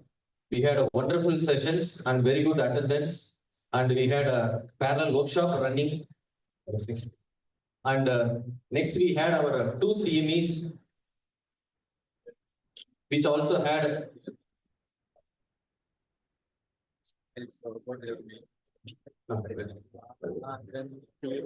we had almost 1,200 registrations on in Smart Doctor 2026, and we had a very good member feedback. And fifth CME was on regenerative medicine, and we had two courses inaugurated: Sleep Medima and Regima. And sixth CME was on Ebola and emerging infections. And now we are in Amscon 2026, fifth day with the validatory session. So across 5 days, we had almost 7,700 attendance across all 6 CMEs. And for this particular conference, we have 4,000 registered participants and 1,500 to 2,000 unregistered participants. And this program accredited with 5 credit hours. And we had a very good workshop in the morning, inaugurated by our AMS, National AMS Chairman, Dr. Sairam Sir, and with remarks from our Chairman, State Chairman, Dr. Nirmal Sir. So that's it. And now I request our Chief Guest, Dr. Sridhar Sir, to give his presidential address and Chief Guest address.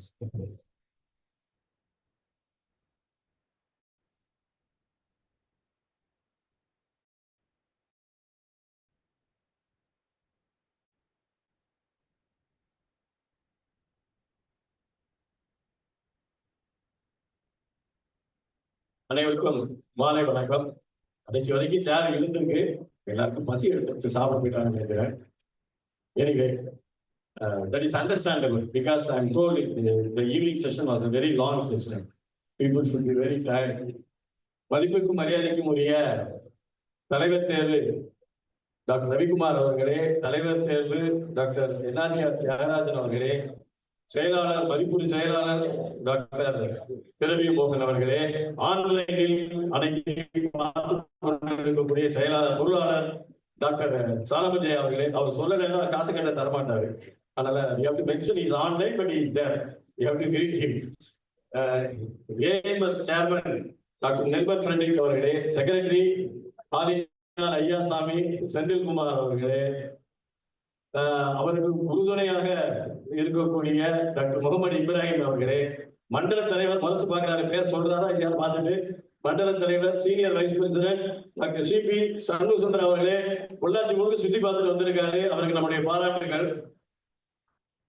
எங்கள் அனைவருக்கும், அதாவது எனக்கு மட்டும் வழிகாட்டின்னு சொன்னா மற்றவரை வருத்தப்படுவாங்க, அனைவருக்கும் ஒரு வழிகாட்டியாகவும் குருவாகவும் இருந்து நம்மளுடைய செயல்பாடுகள் கரெக்டா இருக்கா, புரோட்டோகால் படி இருக்கா, கான்ஸ்டிடியூஷன் படி இருக்கா என்று பல்வேறு வகைகளில் நம்மளை கண்காணித்துக் கொண்டு இருக்கக்கூடிய முன்னாள் தேசிய துணைத் தலைவர் டாக்டர் பிரகாசம் அவர்களே, இந்த சங்க கிளையின் தலைவர் செயலர் பொருளாளர் அவர்களே, என் முன்னே அமர்ந்திருக்கக்கூடிய மூத்த மருத்துவர்கள், பொள்ளாச்சி மூத்த மருத்துவர்கள் ஐயன் கணபதி அவர்களே, ராமகிருஷ்ணன் சார் அவர்களே, திருமூர்த்தி அவர்களே, மற்றும் இன்று அற்புதமாக ஒரு பிளாஸ்டிக் சர்ஜரி செஷனை செய்து முடித்து அமர்ந்திருக்கக்கூடிய ராஜசபாபதி ஐயா அவர்களே, ஸ்ரீதர் அவர்களே. ஸ்ரீதர் வச்சாலே கொஞ்சம் பெருமை தான் சார். ஏன்னா எம்பிபிஎஸ் இன்டர்வியூல அப்பெல்லாம் வெறும் மார்க் தான் செலக்ஷனுக்கு. எம்ஜிஆர் வந்து செகண்ட் இயர் அது. அப்ப என்கிட்ட இன்டர்வியூ கமிட்டினா எனக்கு 85 பாயிண்ட் சம்திங் இருந்துச்சு, டெஃபரட் சீட்னு இருந்துச்சு. அதனால இன்டர்வியூ கமிட்டிக்கு என்ன கேள்வி கேட்கறதுன்னு தெரியல. அப்ப ஒரே ஒரு கேள்விதான் எனக்கு கேட்டாங்க, நீ வந்து டைரக்டர் ஸ்ரீதரை விட பாப்புலர் ஆயிடுவியா அப்படின்னு கேட்டாங்க. நான் அப்படியே அவளை பார்த்துட்டு இப்பவே எப்படி, அப்ப இன்னும் ஊம குசும்பு ரொம்ப ஜாஸ்தி, வார்த்தை வந்து வெளிலந்தே வார்த்தை வந்தானா வாயில வரும், ஏன் நான் அவரை விட ஃபேமஸ் ஆகக்கூடாதான்னு கேட்டேன். இப்படி பார்த்தாரு, அப்படின்னாங்க. அந்த அளவுக்கு அந்த ஸ்ரீதர் தாங்கி கொண்டிருக்கக்கூடிய பேராசிரியர் ஸ்ரீதர் அவர்களே, இன்று அற்புதமாக பேசி இந்த பிளாஸ்டிக் சர்ஜரி வந்து இது வந்து யூனிக் ப்ரோக்ராம். நம்ம ஏஎம்எஸ் நம்ம இன்னைக்கு பண்ணியிருக்கிறது வந்து இதுக்கு முன்னாடி பண்ணிருப்பாங்களா என்பது ஒரு சந்தேகம்தான். Online, the AMS Chairman, National Chapter, my dear brother, Dr. Venkanath Chairman, Secretary, Dr. C. Sairam, Vice Chairman, Dr. Amudan, immediate past President, Sengutu Anna. I think I have not left anybody. Anyway, it's a great pleasure. அதாவது இன்னைக்கு நீங்க பார்க்கிறது வந்து ஒண்ணுமே கிடையாது. இந்த திருவிழா வந்து கடந்த 5 நாளா நடந்துட்டு இருக்கு. I will call it a festival because every day we had an attendance of more than 1,000. Actual registration வந்து 3,000 தாண்டி 4,000 வந்து யூடியூப்ல registered 4,000. அவங்க எப்படி இடம் கொடுத்தீங்க? registered 4,000, அது போய் யூடியூப் 2,000. இந்த மாதிரி ஒரு ரெக்கார்டு வந்து ஒரு அகாடமிக் ப்ரோக்ராமுக்கு எங்கேயாவது இருக்கான கொஞ்சம் பார்த்துட்டு கின்னஸ் வந்து நம்ம அப்ரூவ் பண்றோம். ஏன்னா ஒரு காலத்துல நான் வந்து as entered into the state IMA அப்பெல்லாம் எப்படின்னா இவனுக்கு ஏதாவது ஒரு ஸ்டேட் போஸ்ட் கொடுக்கணும், ஆனா வைட்டல் போஸ்ட் எதுவுமே இல்லை, எல்லாம் ஃபில்டப். இவனை எப்படி சமாதானம் பண்றது? இல்லாத ஏஎம்எஸ் செக்ரட்டரி எடுத்துக்கிறியா அப்படின்னு கேட்டு அந்த போஸ்ட் நம்ம கொடுப்பாங்க. It was a conservation prize those days. 15 years back it was a conservation prize. But recent times, the last 4 or 5 years பாத்தீங்கன்னா this AMS has become a very important academic wing of IMA. நீங்க வந்து Indian medical association Tamil Nadu chapter அதுல especially the whole nation looks at us with jealousy. நான் தைரியமா சொல்லுவேன், நம்மளுடைய CGP program மாதிரி நம்மளுடைய ஏஎம்எஸ் ப்ரோக்ராம் மாதிரி வேற யாராலையாவது கண்டக்ட் பண்ண முடியுமான்னு எனக்கு டவுட்டா இருக்கு. Amudhan sir, please correct me if I am wrong, because you have been in the national scene. You correct me if I am wrong, but to my knowledge ours is the best and the biggest program every time you are conducting here. Because what is the reason? All the office bearers of these wings are youngsters with postgraduate qualification, with the knowledge of the academic side. They are not just practitioners, they are people interested in academic. Ermal, NABH assessor, quality man. He goes up to the Quality Council of India. He's a member of IRDA. He's a member of Roundtable of GIC. That is the caliber of Dr. Nirmal. Dr. Sanjay Kumar has already proven his mettle in the CGP. So, இன்னைக்கு வந்து இது ஒரு Abbas of post கிடையாது. It has become an important post. அதாவது IMA சொன்னா it is not just an union. It is also a place where you learn your academic knowledge. You may not belong to the specialty, but you must know. I am an ophthalmologist. I may know everything about my branch. It depends on how much academically I am updated. நான் 10 வருஷம் முன்னாடி படிச்சதை வச்சுட்டு காலம் ஓடிட்டு இருந்தாலும் because ophthalmology is a fast growing branch with a lot of gadgets. But இப்ப பாத்தீங்கன்னா நீங்க even if you are not a member of that faculty of the specialty, it is a must. You must have a basic knowledge of what is going on in that particular field. கார்டியாலஜில என்ன நடக்குதுன்னு தெரிஞ்சாதான் ராமகிருஷ்ணன் சாருக்கு எந்த மாதிரி கேஸை refer பண்ண முடியும் நமக்கு தெரியும். You should know at least which case to refer to a consultant, whichever case you can treat yourself. You should know your limitations. அதுக்காக பேசிக்கா ஒரு academic knowledge about every specialty is a must. அந்த வகையில நம்மளுடைய ஐஎம்ஏயோட AMS விங்கோ CGP விங்கோ போட்டி போட்டு it's a very healthy competition, sir. It's a very healthy competition, like between Kamal and Rajini, Vijay and Ajit. Who is going to win? அப்படிங்கிற மாதிரி ஒரு tough competition between CGP and AMS is going on in IMA. The major beneficiary are the members of IMA across the nation. ஏன்னா இன்னைக்கு 5,000 members வந்து இன்னைக்கு register பண்றாங்கன்னா it's not just from Tamil Nadu alone. Why I am mixing my talk with English and Tamil is because I know, I am aware that many on the line are not from Tamil Nadu. They are from north, they are from the east, they are from the west. So to that extent, our academic programs have spread across the country. I am proud of my team. I am very proud of my wings. And it is a great pleasure. அதாவது தோனியா இருந்தா பத்தாது, அதுல விராட் கோலி இருக்கணும், நம்ம கும்பலே இருக்கணும், அதே ஜடேஜா இருக்கணும், நம்ம ரவீந்திர ஜடேஜா இருக்கணும், ரவிச்சந்திர அஸ்வின் இருக்கணும். Only then it's a complete team. Being a skipper alone is not enough. You need good players to play in your team. I'm very thankful to God. God has given me a wonderful team with excellent credentials so that IMA Tamil Nadu is excelling in every aspect of its working capacity, both academic and non-academic. Nursing home board is doing an excellent job. We are negotiating with the insurance companies, hard negotiation. We are bargaining in a very hard way. Nirmal knows. We are not yielding. We are not yielding. Ravi Kumar knows. We are not yielding. We are trying to bring them to our reasoning, to our castings.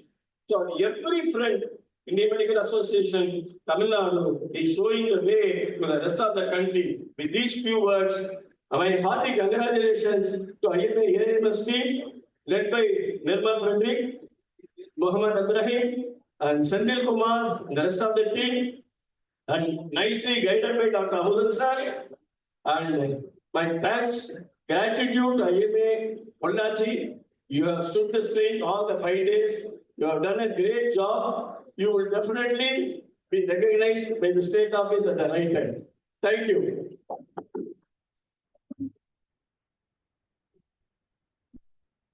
Thank you very much, sir. Thanks for your compliment.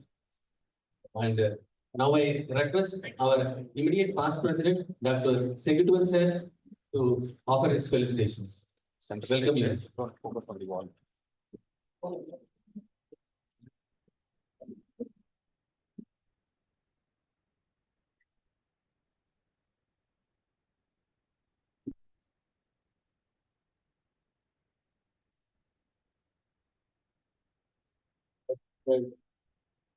Tamil Nadu State President Dr. Sridhar, Honorary Secretary Dr. Dilip Mohan, President elect 2027-26, Dr. A.K. Ravi Kumar, President elect 2027, Dr. Janatya Tyagarajan, Finance Secretary Dr. Solomon Jaya, AMS State Chapter headed by Dr. Nirmal Frederick, Sandil Kumar, and Syed Ibrahim. National Chapter represented by Dr. Saira and Venkatapati and Dr. Abdul, and faculty staff today headed by Dr. Aziz Baji and his team, and president of the Pollachi team, authorized and authorized, and my mentor, Dr. K. Pragasan. He is the one who is guiding me in all aspects. Today is the validity function of the AIMS chapter.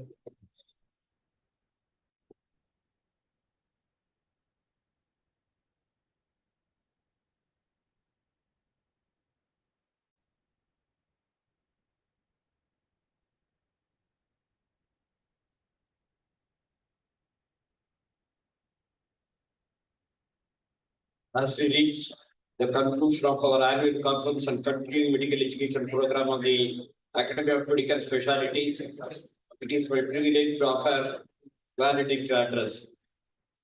Over the course of the conference, we have witnessed outstanding scientific sessions, thought-provoking discussions, and meaningful interactions that have been reinforced and committed to excellence of medical practice. The exchange of knowledge and experience across specialties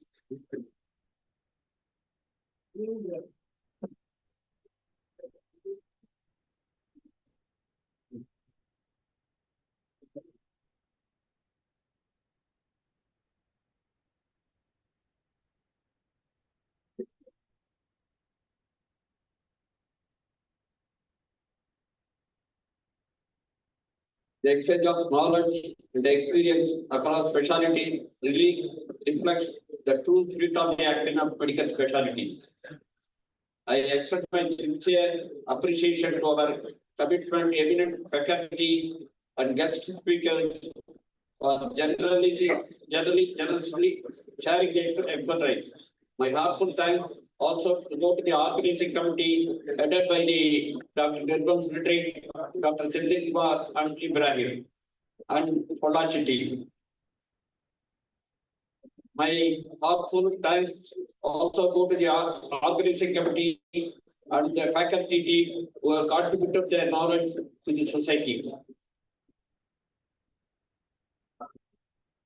To all, delegates are the most important one. I think the academy, when I was the chairman for the General College of Practitioners, Dr. Chandil Kumar was my secretary. We have started our journey, and on that period only, the scientific sessions have been extended to all, and continuing medical education program was started. Every month, we have presented the paper. That was continuously going on. So when he became the secretary of the academic medical specialties, he did the same, and many topics are discussed. And this conference, academic medical specialty conference, for the first 5 days. First day, they started the pediatric vaccination. Second day, immunology. Third day, infectious disease. Fourth day, ophthalmology. And fifth day, plastic surgery headed by Dr. Professor Dr. Rajasabha. So each contribution helps the delegates to improve their knowledge in all fields. So this conference should be useful, and at the same time, the conference have enriched the knowledge to all the academicians who are interested in the fields. Thanks for the outstanding effort done by the Nirmal Frederick and Chandil Kumar and his team, and it was extended by the help by the Pollachi team also. My sincere thanks to all my colleagues for giving this opportunity. Once again, thank you very much. Thank you.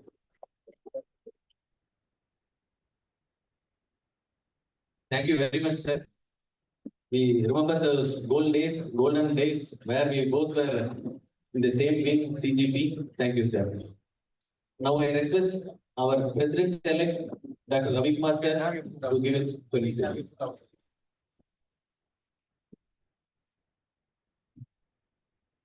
Very good evening to all. I know you are all tired and eagerly awaiting for the great dinner.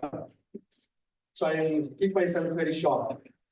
My respects to the state president and the dignitaries on the dais and off the dais. My special appreciations to the AMS team who has done a wonderful conference the last 5 days. Appreciations to the entire team, the chairman and the other office bearers who have helped that.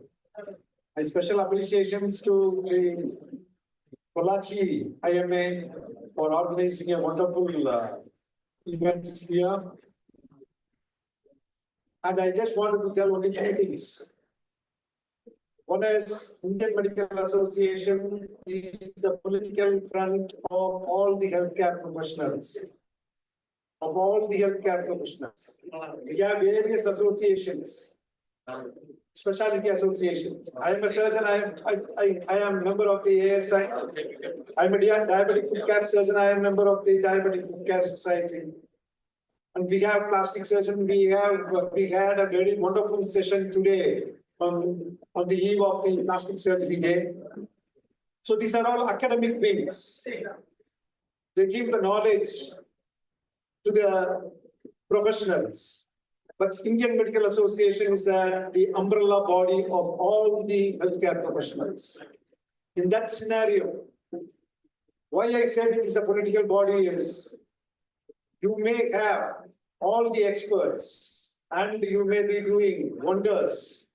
But if you want to make it as a guidelines, and if you want to make impression on the government, and if you want to have some policies being made at the government level in all walks of life, Indian Medical Association as an umbrella body can only do that. For example, the Clinical Establishment Act, you all may be knowing that. So how simple it was made. Across the country, the Clinical Establishment Act is the most simplest one. In a rural area, if a patient is, if one of our specialists is doing the surgery, today you have a very exponential knowledge being delivered by the plastic surgeons. Many of the surgeons had seen it. And in a remote rural area, if you want to do a surgery like this, a general surgeon can do that. He can take it up and do that. Who will protect him? The Indian Medical Association can only protect him. So, my kind request, the second request which I am going to make here is all the specialty bodies, the members must be basically the members of the Indian Medical Association. If we can bring that, all the healthcare professionals will come under the Indian Medical Association and it will be the strongest body and we can represent to the government and get all the things done in our favor. So with these two things, my humble request, today we have our doyen here sitting, the plastic surgeon, Raj Sabadi sir. If you can see that with the next plastic surgery day, if all the plastic surgeons of the Association of Plastic Surgery, if they are Indian Medical Association members, I'll be the great person because next year I am going to be the president of IIM Tamil Nadu. So we will see that, we'll communicate with all the former associations and we'll see that such a ruling can be brought that each and every member of the specialty associations must be basically the member of Indian Medical Association to show our strength. Thank you so much. And my felicitations to all the people who have toiled for this successful conference. Thank you. Thank you, sir. Now I request President-elect Dr. N.R.D. Tyagarajan sir to give his felicitations.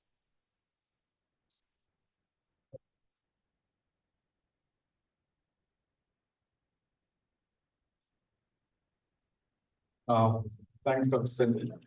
So respected President, immediate class President, incoming President, Secretary, Vice President, Senior Leader, Corporation, Sir, to the entire Polachi team and the AMS team, good evening to all. Yeah. So the last 5 days, like it's been an amazing academic fest. I think everyone who's attended each of the days, it was very unique and when we started, I think 5 days back. Right now, I think it's reached more than 4,000. So, 4,000 registering for any event concerned. Congrats once again to the entire AMS team, Nirmal sir, everyone.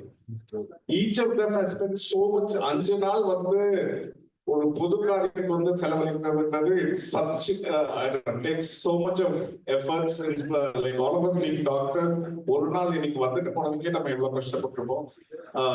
Hats off to the entire team. இந்த 5 நாள் நடத்துறதுக்கே எவ்வளவு நாள் preparation நடந்திருக்கும். 4000 பேர் இந்த register பண்றதுக்கே எவ்வளவு கஷ்டப்பட்டிருப்பாங்க. So hats off to the entire team. Moment to each and every part, like he's from Chennai and Pollachi, and we have Tirunelveli, Mohammed Ibrahim from Tirunelveli. Amazing team, and hats off to the Pollachi team. As usual, I think I've come here for the last 4-5 years for this. And Ganga Hospital, especially last 3-4 years, I think almost the entire event was sponsored by them.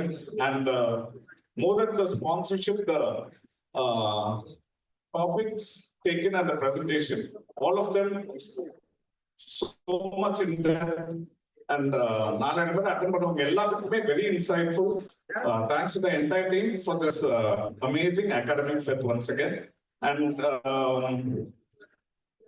IIM Tamil Nadu என்ன function நடத்தினாலும் இது வரைக்கும் இந்த அளவுக்கு வந்ததில்லை. So I don't know. I think we need to end the event because CGP AMS is a record for us, and today is a historic moment for IIM. Thanks to you. Thanks for those lovely attendance. All of you who are in online. Thanks. Thank you, sir. Now I request our past president, Dr. Pragasham sir, to give his felicitations.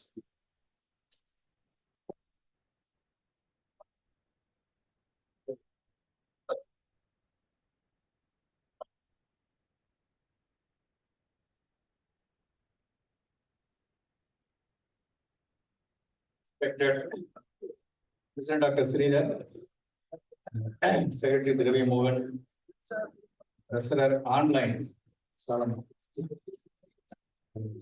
Sarman, AMS Sarman, my dear brother.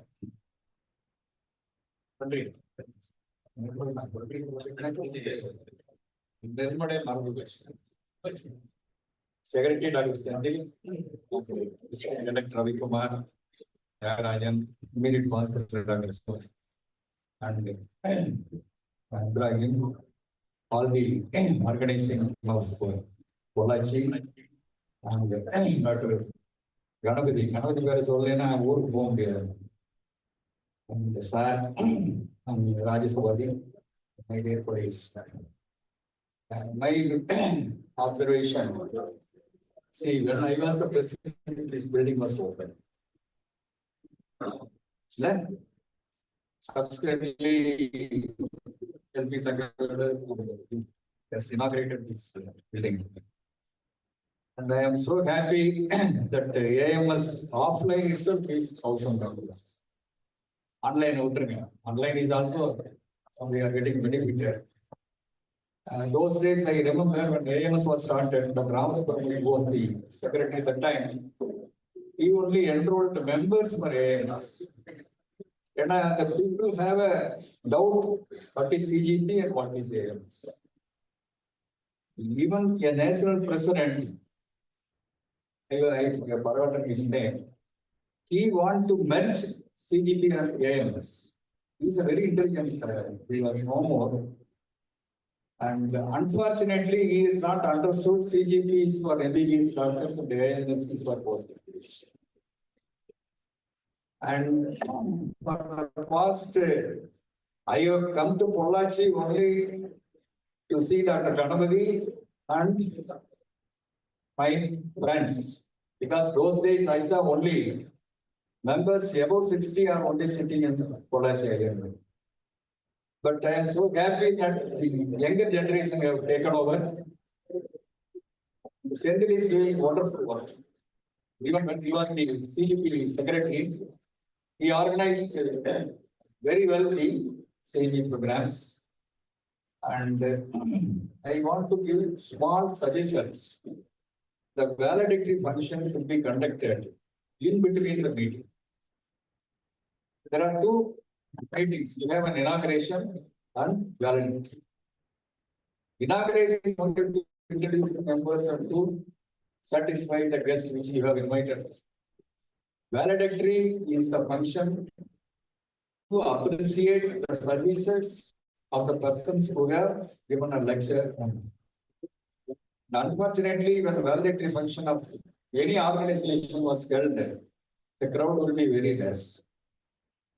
And I request to send in, at least in future INA meetings, people will be allowed to have food only after the meeting. Not in Salem, I will never allow without meeting is over. See, I don't find it is a fault, but in future, all these observations, I think will be. I am so happy seeing Rajasabadi, who was my younger colleague in Stanley, professor of plastic surgery, was sitting so politely the last meeting also and this meeting also. Whereas my student Govardhani, I saw she was going. I will bombard her tomorrow. That is different. That is, that is my nature. So why I am telling this, see, plastic surgery lectures which I have listened last time I came little earlier, very fantastic lectures. Somebody from Stanley Medical College and other people have given a wonderful lectures. And in actually these CMA programs, when I was the president of Tamil Nadu Medical Council, introduced to make compulsory for 30 hours and all these things. It is not for re-registration or compelling the or punishing the doctors. At least make an inspiration and motivation for the rural doctors and other doctors to have an idea to learn the advanced techniques and academics. That was the purpose. So that is being well carried by the subsequently Sunil and other team, Tyagarajan people. Now they are doing very wonderfully. The program is going on. And I still remember when I went to Ganga Hospital for an inspection, Rajesh Sabhavati took me, he asked me, sir, go to a hotel or to our canteen for a lunch. So I said, we go for the canteen. Because I know Ganga canteen is better than a private vegetarian hotels. So I'm very happy, and I am very happy to come to Malachi. How many times? See, in fact, tomorrow we have so many tight programs. Still called and predict is chairman and all the and Amudan, who was the national vice president of it. So mingling and seeing the old friends, that was giving me for another 2 years to live extra. So very happy. And once again, I thank Pollachi branch for calling me and giving an opportunity. Thank you. Thank you very much, sir. Now I request our State Secretary, Dr. Dervi Mohan sir, to give his address.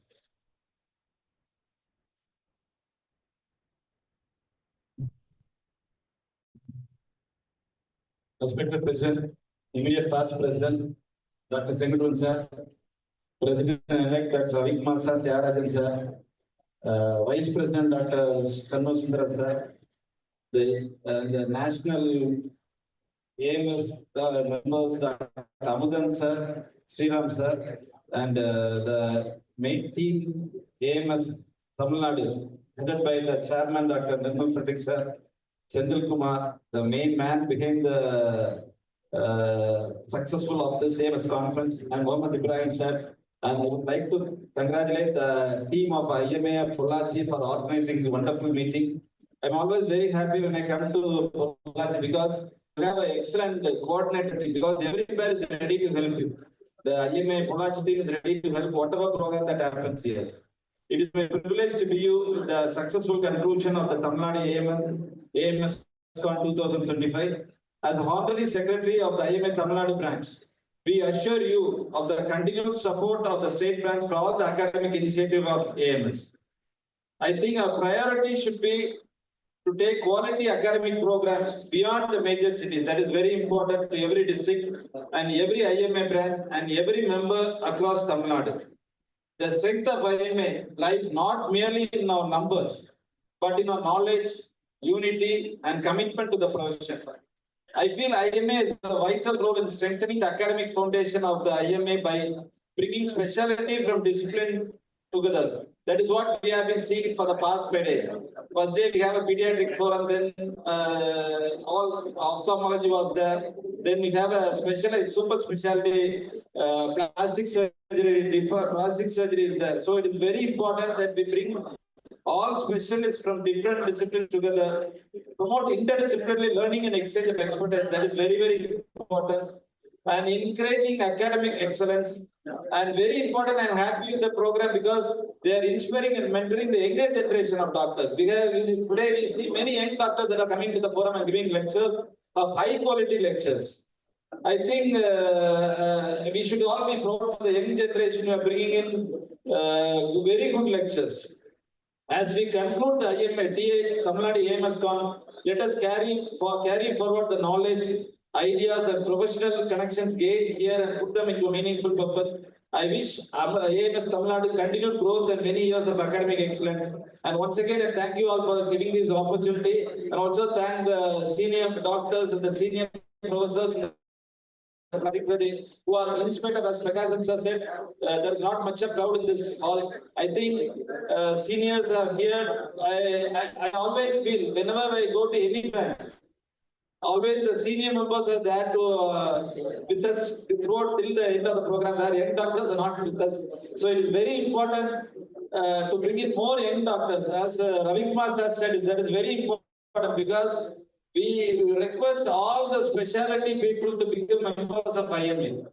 Because we had a last month, we had a membership drive.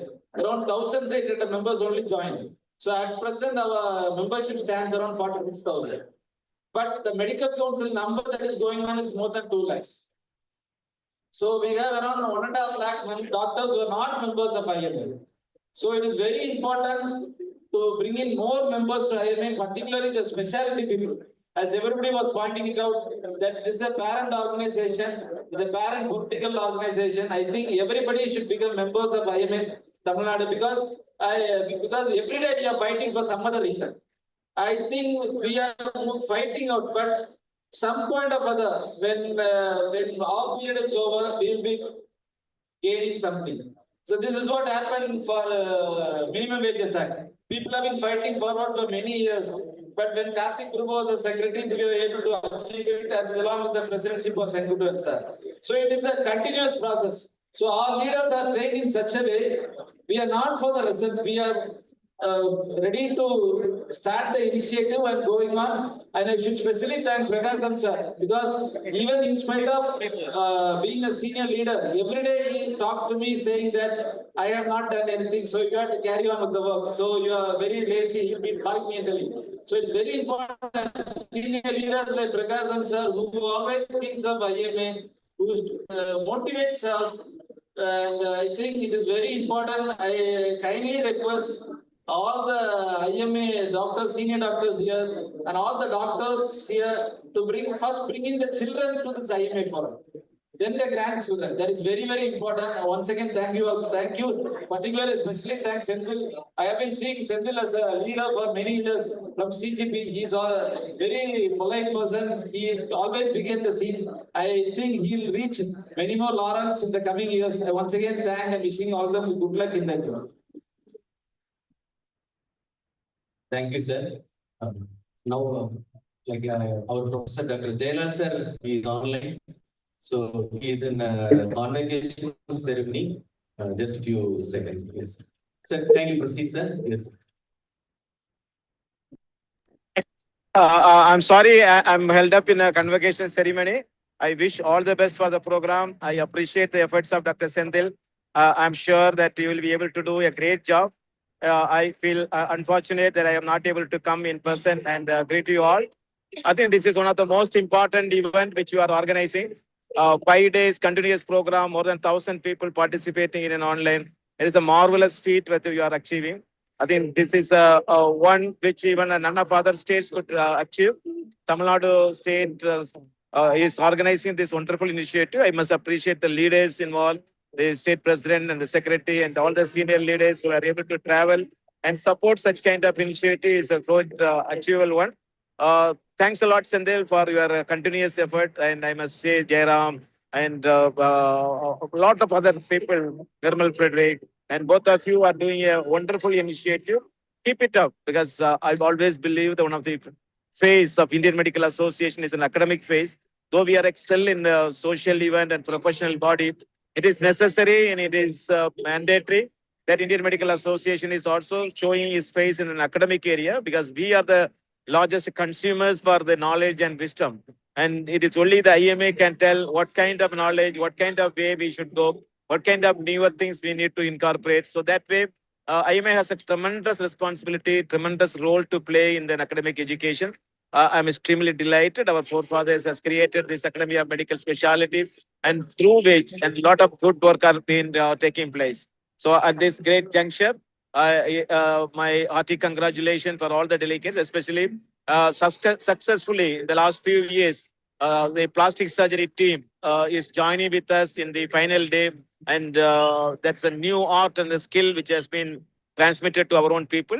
So that I appreciate the team of the plastic surgeons who are involved in that and the way they are contributing. But we in Indian Medical Association is much concerned about more than the cosmetic anesthesia plastic surgery. We are concerned more about the diabetic foot, the role which you are playing, and a lot of leg ulcer which you are playing because when we are seeing the people losing leg of the diabetes, And we need a multifaceted, multi-coordinated effort. So I wish and I hope the plastic surgeons can help us in the diabetic foot courses and diabetic foot programs which you are organizing, where your knowledge and skill can be of a great effort and great benefit for us. And this is one of the challenge which IMA is taken, that we will be able to work hard to save the feet of the people who are having diabetes and save the people from the complications of the diabetes. And AMS and CGP are doing a lot of effort. I think I'm impressed by the plastic surgeons coming forward and associating with IMA and doing this wonderful initiative. So wishing you all the best and looking forward to work together for continuous efforts and all your efforts and all your works. I'm sure it will give the dividend in the days to come. And every time when so much of people are able to be educated by the IMAMS, and that is a great service you are doing.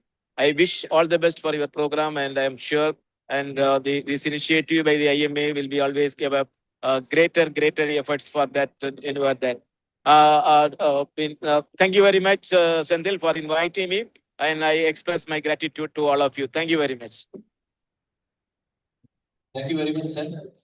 Yes. Now I request our senior state vice president, Dr. Shanmusundaram sir, to give his felicitations.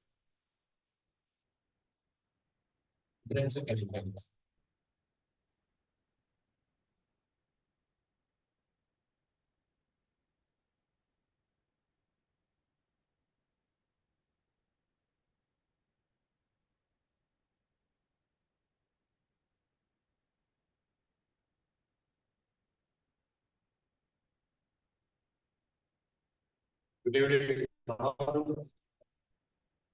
dear colleagues, distinguished IMA leader on the diet and off the diet. I thank you all for permitting me to give few words in this important meeting. No need to say that our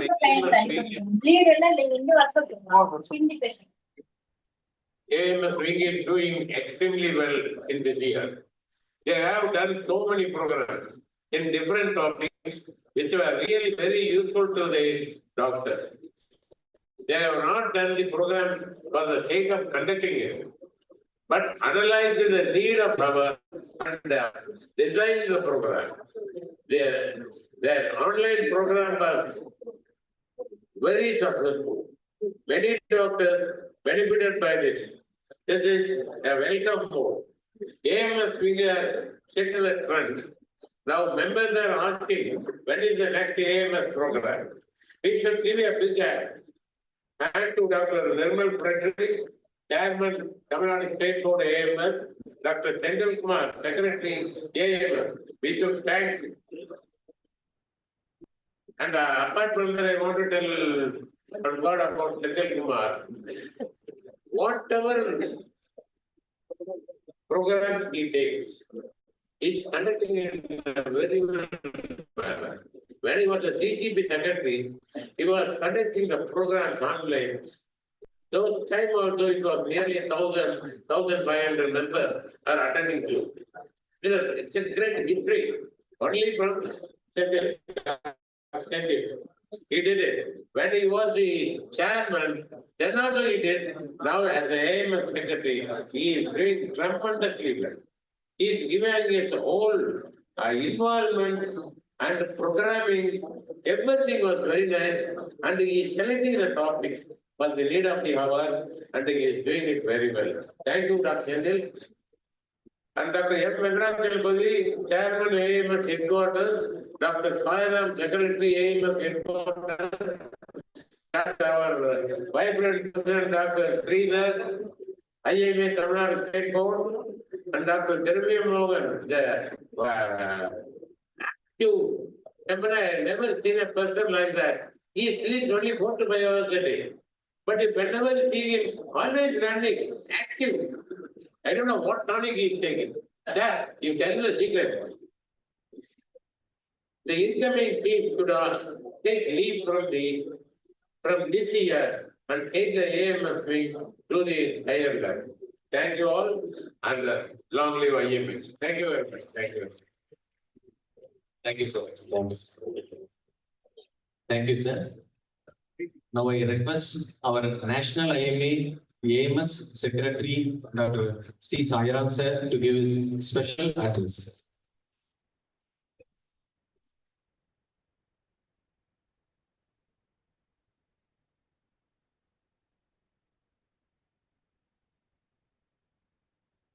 வணக்கம் எல்லாருக்கும். Thank you for arranging such a nice workshop today.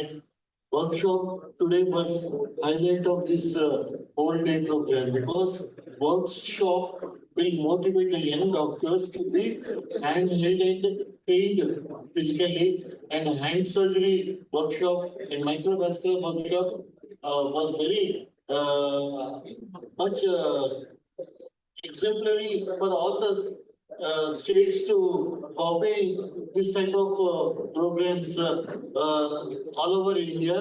And I request that this oration, what we had, should be there for our national oration, sir.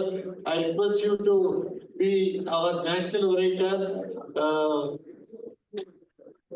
You should, because most of the doctors who are attending in the national level will know about your international achievements. I request you to be the national orator for our national conference coming in office, sir. And because we have very few orations in our national conference. So last year I have got one Sabu's oration, and for the state I bought one Talul Subramanian oration. But your oration will at the national level will motivate more doctors, and I request you to start hand fellowship course, sir, because we would like this your skills to be perpetuated all over the country, and we have seen a lot of international faculty, a lot of students from all over South India have come to get trained in this workshop. 4,000 registered doctors attending the conference itself speaks so much about the efforts being taken by our state president and our organizing team for making this programs very successful. From my side, I request whatever I can do to make this hand surgery fellowship or microvascular surgery fellowship to start from your side would be, I'd be more than happy to take up the task. And if you give us the module, we can get it approved by our accreditation board, and we can get it started, sir. From your Ganga hospital, we can start this fellowship course nationally, and others would also try to emulate in future. With this few requests, I thank our chief guest for being present for this big event, in spite of so many other engagements. I think tomorrow and all. It's also an engagement. And all the, I request all of you, please contest for the national elections. I have already told a few of my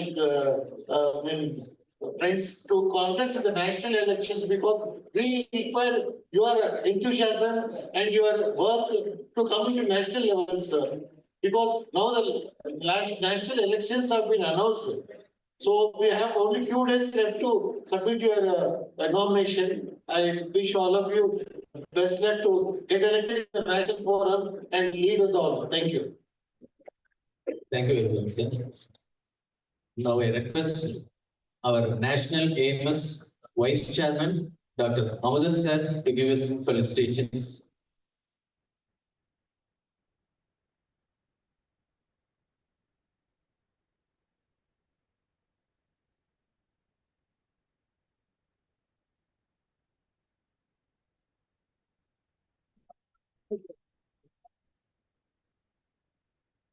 Respected President from Northern State Branch, Dr. Sridhar sir, And President-elect Dr. A.K.R. sir and Namathi sir.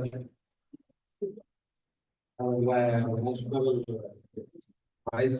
Chairman Dr. Rajaswamy sir and Dr. Sairam, our secretary, and Dr. Nirmal Frederick, Chairman IAM Tamil Nadu State Branch, and Secretary Dr. Sindhil. I first of all thank all of you for having stayed here to the back end of this program. Our President sir was mentioning that the initial status of IMA-AMS, the 1980s, 18s, something like that. There was a state of affair in the beginning. At that time, I took over as the chairman of IMA-AMS Tamil Nadu State Branch. And that was a time of difficulties in conducting the webinars also. Some of the initial webinars, 2 or 3 times, the then secretary funded for that. Then he said, from the AIMAMS, you want to get the fund. All of a sudden, one day we had a webinar and we didn't have any finance. Then we had to pay from our pocket. So we paid from our pocket for webinar in those days.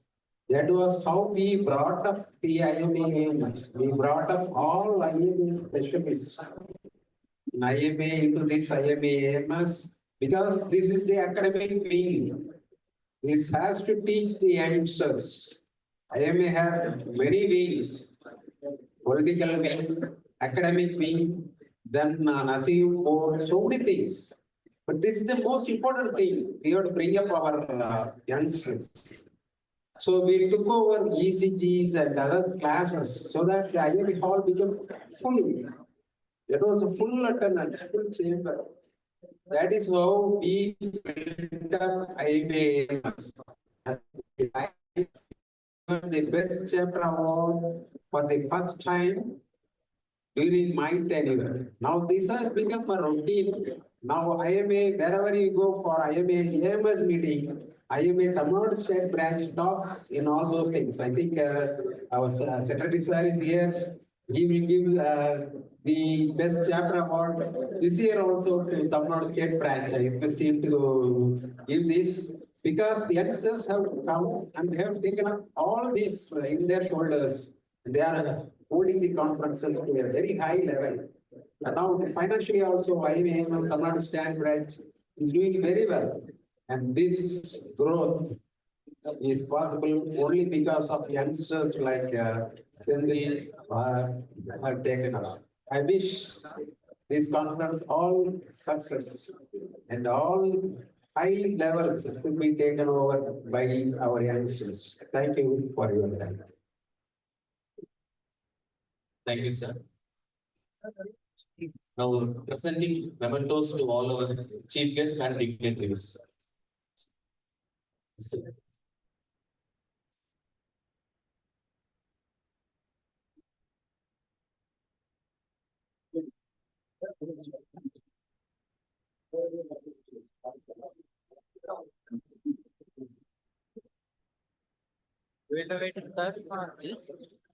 Focus on stage.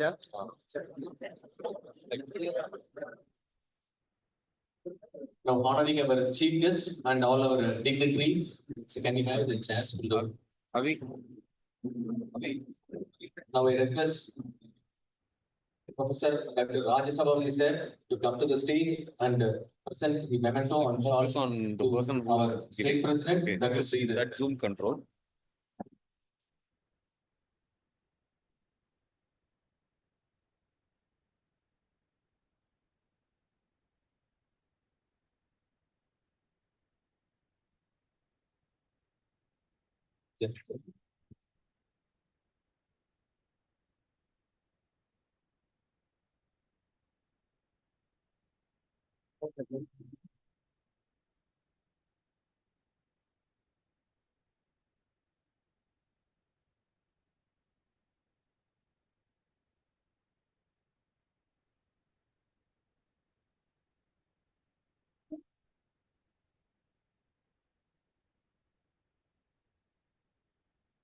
Thank you, sir.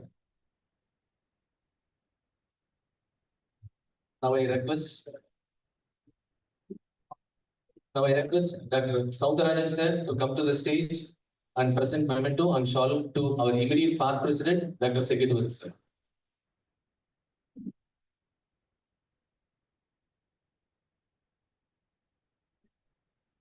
Don't say. Kaushik sir, can you come to the stage? I have no energy to stand out. At least food to go. Thank you, sir. Now I request Dr. Kannan sir to come to the stage. He is our trust vice chairman, who is very much involved in all our IMA activities. I request you to come to the stage, sir, and kindly hand over the memento and shawl to our president-elect, Dr. A.K. Ravikumar sir.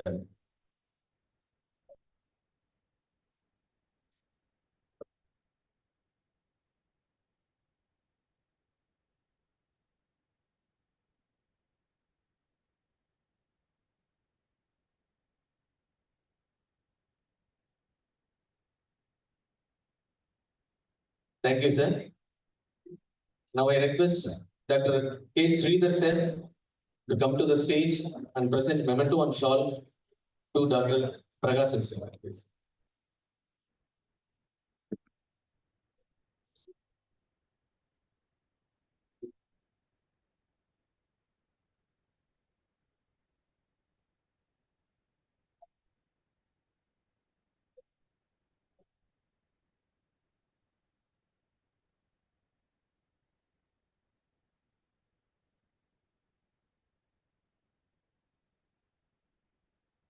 Yes.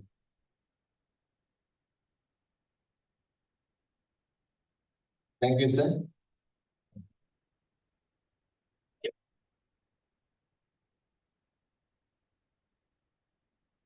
Now I request Dr. Vikram sir, Pollachi IMA president, to come front and hand over the shawl and memento to Dr. Shanmugam sir. So please come forward, sir.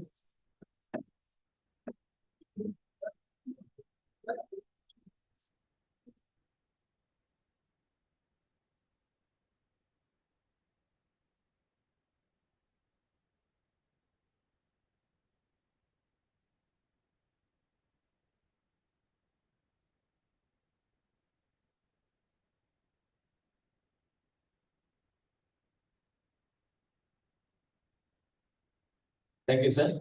Now I request our Pollachi branch secretary, Dr. Raghuram sir, to hand over memento and shawl to our state secretary, Dr. Devi Mohan sir.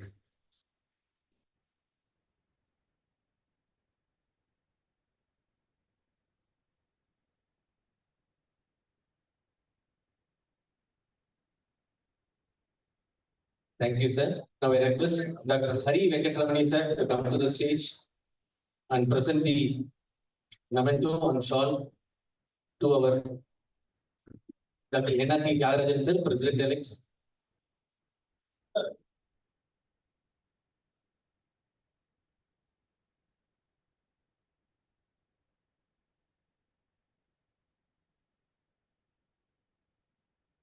Sir said we can leave now.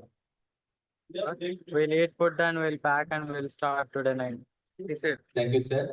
I told what Now I he request said. Huh? our There is no place to sleep now, sir. Only this, to hand over memento and a shawl to that our I said. national.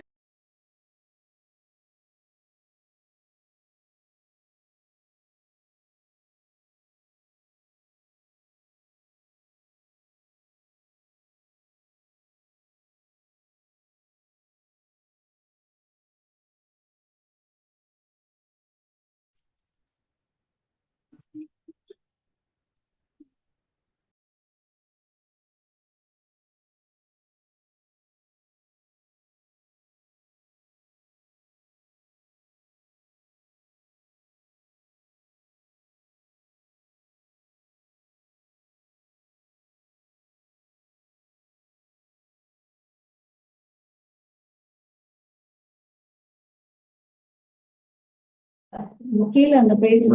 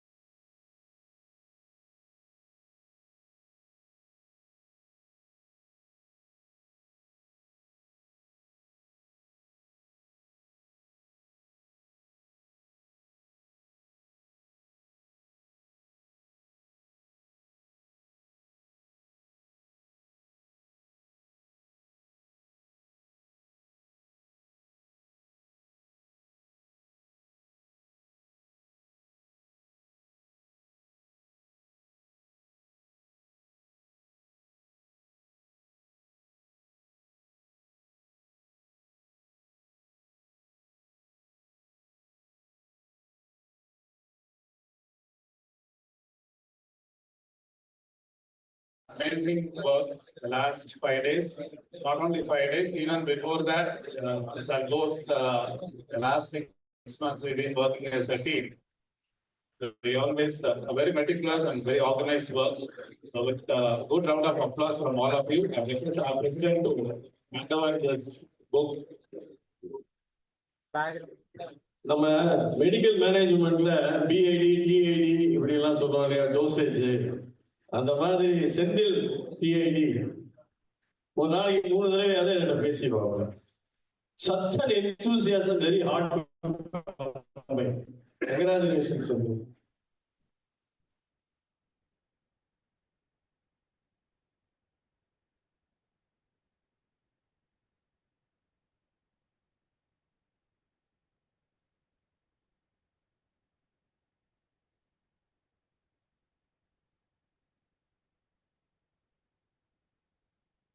நல்லபடியா கவனிச்சு அனுப்புங்க. அடுத்த state council வந்து Tirunelveli.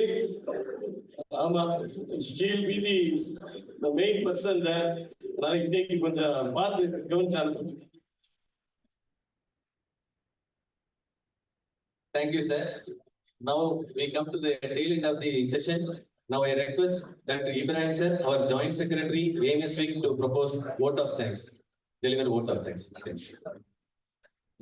So this is the most important event in the entire 5 days program because this is the last session which is preventing you to entering into the dinner. So I am happy and privileged to propose a vote of thanks for this marathon 5 days event. So today was the 5th day. So I thank the workshop resource persons today, Dr. Karthikeyan sir, Dr. Nambi, Dr. Sridhar sir, who did a wonderful job in the morning, and also all the postgraduates who participated in the event. And also today's session on plastic surgery, the oration by Rajsabhavati sir's name by Dr. Sridhar sir, it was a wonderful one. And also today's moderator, Dr. Kovardhani madam, did a wonderful job. And the speakers, Dr. Rashida, Dr. Anand, and everyone did, Dr. Hari, all did a wonderful job. And pictures were excellent. And we had followed by the valedictory function. And I thank our IMA Tamil Nadu State Branch team, headed by President Dr. Sridhar sir, immediate past President Dr. Senatwan sir, President-elects 2026 and 27, Dr.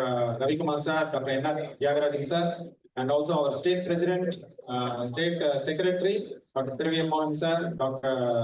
Treasurer, Dr. Solomon Jaya sir, and also the immediate, our past State President and past National Vice President, Dr. Prakash sir. And from the AMS national team, we have continuous support headed by Dr. Venkatachalapati sir, the chairperson, and the vice chairperson, Dr. Asokan sir, and also the secretary, Dr. Sairam sir, who continuously attended almost all the 5 days of the event, and in the last Hyderabad to participate in this today's event. And our West Zone Vice President, Dr. Shanmugam sir. And overall, the IMA Pollachi team, they did a wonderful job here, headed by the President, Dr. Vikram sir, and the Secretary, Dr. Raghuram sir, and also the Treasurer, Dr. Soundaran sir. And most important, the plastic surgeons team, 4 pillars, I would say, Dr. Kaushik, Dr. Purni, and Dr. Sangamitra, and all did a wonderful job here, and Dr. Swaroop also. And it was a wonderful team, and I extend my thanks to the reception team, the registration team, and all the people who are at the back end, the AV team. And above all, we have a person sitting in the IMA state office, Miss Juliet, who is doing the, and Chaladone sir, who is doing a wonderful job for the past 5 days. Even now, I had a call from her whether to stop the program or to continue. So, definitely these two hidden people from our side, Chaladone sir and Juliet, we need to mention them because they have monitored all the shows for the past 5 days. Because I was there on the day of ophthalmology. I can see the sincerity and motivation in the attitude, which I was very happy about. I hope they are watching this. My hearty congratulations to you, sir, and Ms. Julie. And we have a 4,000 registration. The back end work for all the 4,000 people has to be continuously done the registration numbers, and then we have to apply for the TNMC. It's a big job. And above all, I thank our team of AMS, Dr. Nirmal Frederick sir and Dr. Kumar sir. So for the wonderful job, continuous motivation. And I all thank all the members of IMF for giving wonderful hospitality and working from the morning today. And we had a very wonderful thing. And also all the participants and delegates who participated even for the past 5 days. And it's an eye opener even for very senior persons. And today we had got some proposals to start hand surgery programs in under AMS. I hope it will be materializing. It was a wonderful day in Pollachi, and I'm happy that to declare that this program ended in a successful note. And I wish all have a safe journey and reach your hometown safely. Thank you all, and you have a wonderful day. Thank you. Thank you, sir. Now, national anthem.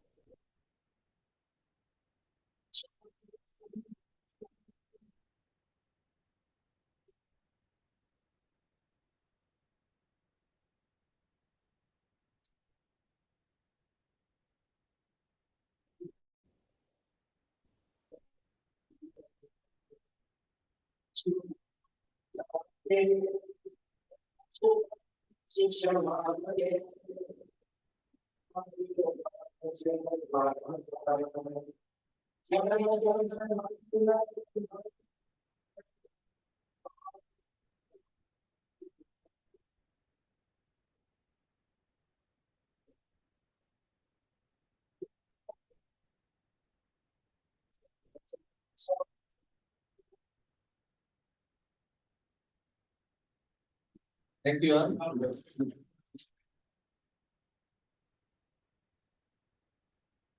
Now, we request to have a group photo session. Sir, can we have just a few minutes?